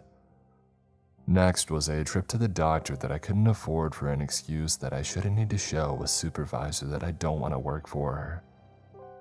Turns out the only taxi in town won't come out this far to pick me up.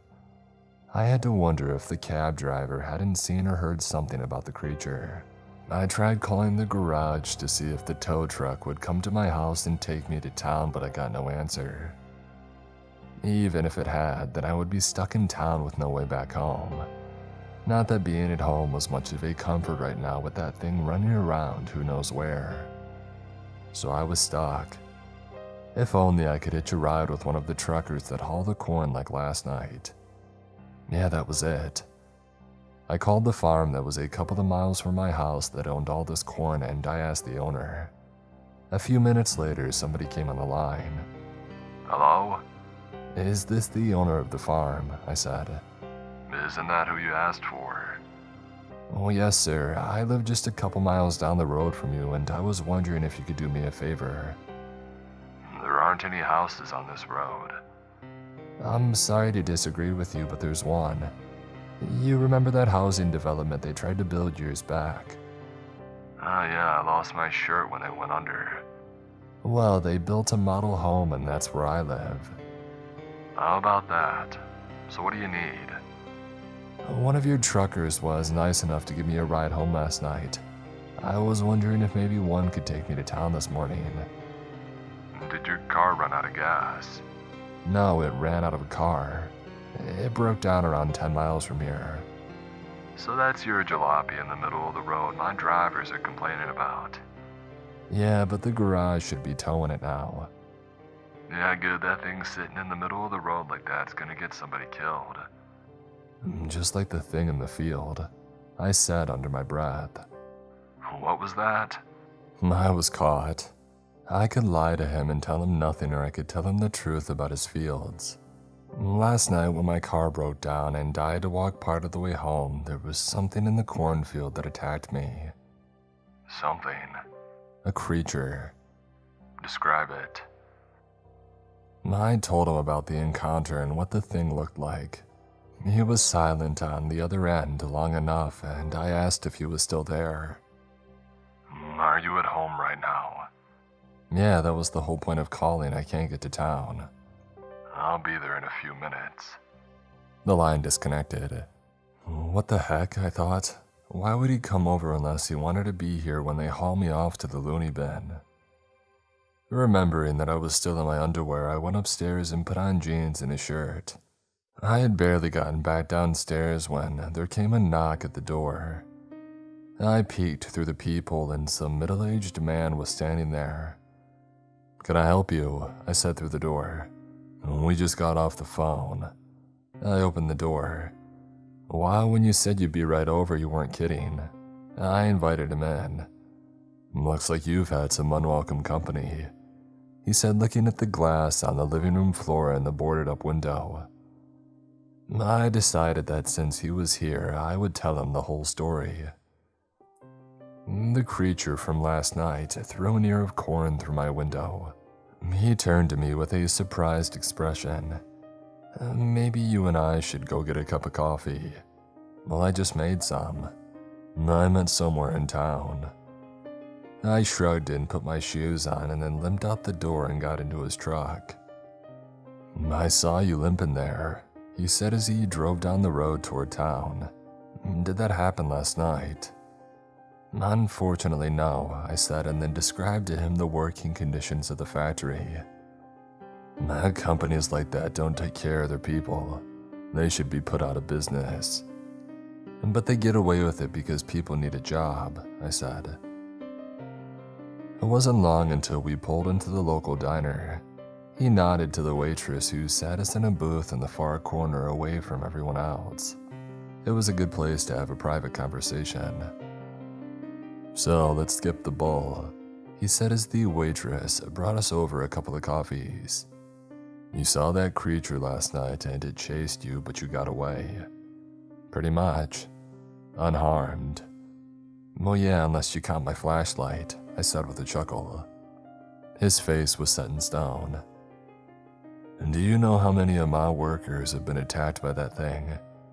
"No," I said, not realizing that I was sitting on the edge of my seat.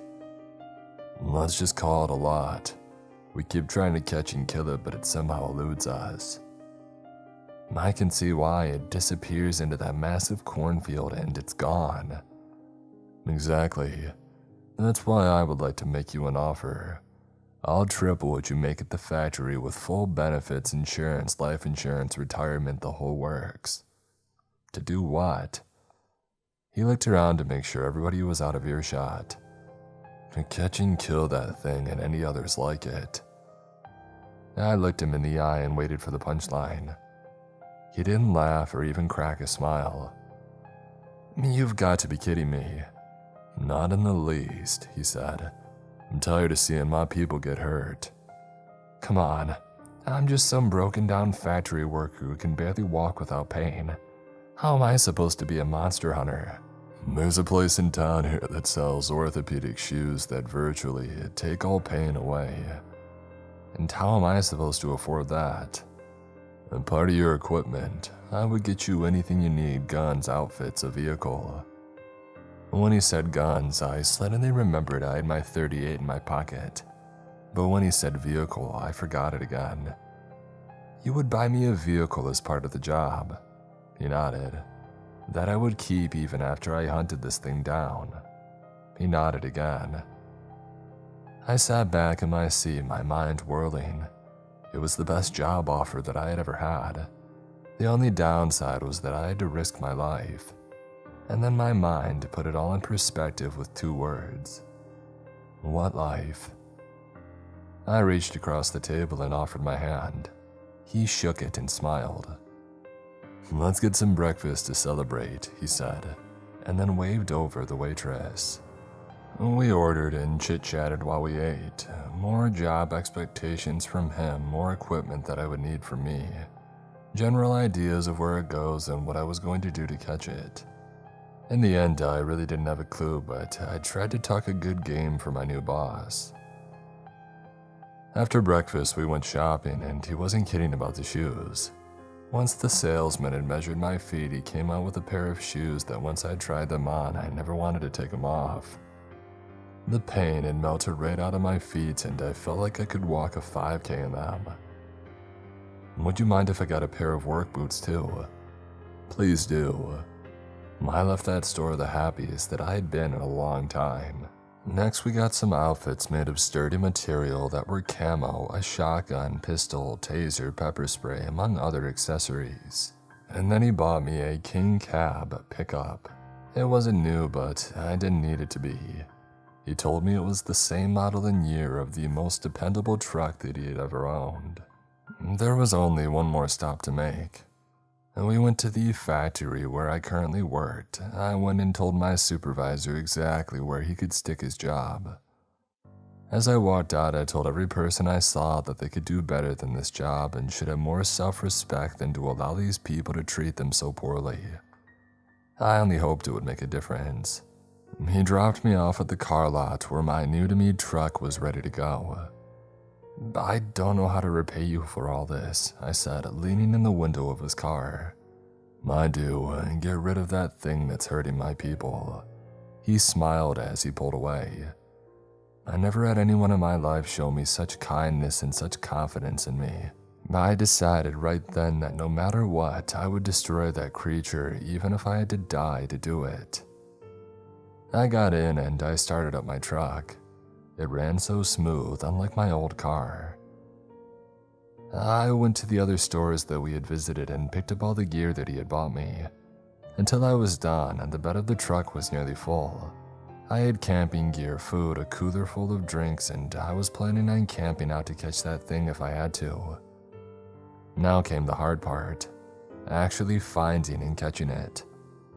All the equipment made me feel more confident, but in the end it was still this wild creature that had survived for a long time. You don't do that without knowing how to hide and defend yourself. So yeah, I was scared. The sun was setting when I pulled into my driveway. I was feeling pretty good until I stepped onto my porch and saw the second window broken out. I slowly went back to the truck, grabbed the shotgun, loaded it, and stuffed a handful of shells in my pocket, then went back and opened my front door. The house was dark, but as tempted as I was to turn the lights on, I didn't. Instead, I turned on the flashlight attached to the shotgun. I did a slower, more methodical search of the house than this morning. Room by room, floor by floor, searching every hiding place. Yeah, I had the shotgun this time, but how many movies have you seen where the guy with the shotgun still gets horribly mutilated and killed by the monster? That thought wasn't very comforting as I retraced my steps through the dark house. When I was done, I was confident that the house was empty. When I came back to the living room and looked out, there was a glimmer of hope that it would be in the field, looking at me like before. That didn't happen. But as I looked out, I noticed my truck was rocking back and forth just a little bit. I aimed the gun at the truck and stepped back outside, beginning to sweat as I held the stock tightly against my shoulder and aimed at the bed of the truck. Slowly and quietly, I stepped alongside the truck, waiting for my perfect moment. I stepped past the driver's side doors and paused to take a breath before I got to the bed. This was my moment. I leapt forward, aiming the gun in the bed of the truck. The creature popped its head up, startled, and I squeezed the trigger. Half of its face disappeared in a pink mist as the gun went off much louder than I expected, making my ears ring so loud that I could barely hear the pain-filled squeals the creature made as it ran into the field and disappeared, squealing the whole time like a stuck pig. I grabbed some more shells and ran off after it, using the flashlight to follow the trail of blood. For the longest time, I didn't need to look for blood. It was so wild and frantic with pain that it was knocking down stalks as it went, leaving a clear trail. I was glad for the new shoes because this thing ran for a good half-hour straight with me in pursuit. Suddenly I stopped and it was standing still up ahead of me. It had its back to me and I wondered if it had lost its energy and bled out. I approached quietly, but it still heard me and turned around, giving me a shock. It didn't have any marks on its face. This wasn't the same creature. It launched itself at me, claws outstretched, and I had just enough time to squeeze the trigger before it tore into me. Like before, I shot this one in the face, only this time it went down. I put another round in the back of its head for good measure. Another one, I thought, as beads of sweat formed on the back of my neck. How many more of these things are there? It was a question I didn't really want answered, but to my chagrin, I heard a rustling sound behind me as two more came charging out. I shot the first, but missed the second. Reloading, I shot again, hitting one of its many legs. It squeaked in pain and tried to limp off, but I put 2 more rounds in it and left it to bleed out. Shoving more shells into the magazine, I heard more rustling. I realized that I had exposed myself badly. I turned and started following the trail back to my house as the rustling behind me grew louder. I decided there was no use trying to shoot any of the ones that I couldn't see. Unfortunately, I would have to wait until they were right on me. And also, unfortunately, I knew that would happen very soon. I was running full speed now, trying to stick to the trail the first creature had made and at the same time shine my light at the ground, careful to not trip and end my monster hunting career on the first night that it started. That was a cheery thought as I turned and fired at one that was almost on me. It didn't kill it, but hitting 3 of its legs slowed it down enough to no longer be a threat. There would be plenty more where that came from. The rustling hadn't diminished, if anything it was louder than ever. Another appeared and I shot at dead center. I hit 2 more that were on either side, trying to outflank me. Loading a shotgun isn't a difficult task under normal circumstances, but when you're running for your life in the dark being chased by murderous creatures, it gets a little tougher. Trying to load on the run, I dropped a shell. As tempted as I was to stop and grab it, I knew that would end my evening in the worst possible way. I fumbled 2 more shells before loading the magazine the whole way, just in time to shoot one that had managed to get close enough to rip my leg open. Home wasn't far now, that's what I kept telling myself. It's the only thing that kept me going. Somehow one of them had gotten in front of me. I shot it and had to leap over the body. Suddenly I was back in my yard. I ran to the truck and grabbed a box of shells and the pistol where the field behind me erupted, with dozens of creatures all bent on killing me. The driveway wasn't the best place to make a stand. I ran in the house, shut and locked the door when I realized the second living room window was broken. As I came to my realization, 3 creatures flew through the open window. I shot 2 of them and then ran to the basement and closed the door behind me. As an afterthought, I stepped back into the kitchen and grabbed a butcher knife out of the block, and then went to the basement, just a step ahead of a group of creatures. I had no sooner closed the door until it opened again. I didn't question how, just shot into the massive bodies all trying to get through the door at the same time. It would have been comical if my life wasn't on the line. I shot the empty gun and then pulled out the pistol and shot it empty, but they still kept coming. My mind frantically searched for anywhere to go as I pulled out the butcher knife and started swinging it at any head that I saw. Slashing the arm off of one of the closest ones, I used it as a weapon against the others that were charging at me. The claws tore into their throats and faces as the knife swung through and finished them off. There was no more thinking, there was no more pain. My arms and legs had been getting clawed and bitten, but I couldn't stop to think about it. Not if I had any chance to live. My arms swung back and forth, mowing them down as they came. As much fueled by adrenaline as pure fear, they still got through. A claw here, a bite there, my arms swung in front of me too fast and continuous for them to get a shot at my neck, but the damage was being done. I could feel my energy waning. I couldn't keep it up much longer. Every swing seemed to be slower. The knife in the arm felt like they each weighed 1,000 pounds, and yet I swung back and forth, killing and wounding. My vision began to fade. This was the end. But for some reason they stopped. Was it to enjoy the kill once my energy was spent? All sound faded as I slid my back down the wall, my energy gone. The light disappeared. There was only darkness. I don't know how long I sat there. How long does it take for whatever happens after death? The darkness was complete, but there was more. A stench. Are there smells in the afterlife? I felt fluid running down my face. Does that happen after you're dead? Can you literally feel your own blood leaving your body? I opened my eyes and saw dark fur matted with blood. It wasn't attacking me, so I pushed it away. A pile of dead creatures fell away from me. They were laying all around me, covered in blood so deep that I couldn't see the basement floor. One of them started moving beside me. I tried to lift the knife, but I had to use both hands to do it, and I plunged the blade in its throat. This repeated several times as I saw others moving.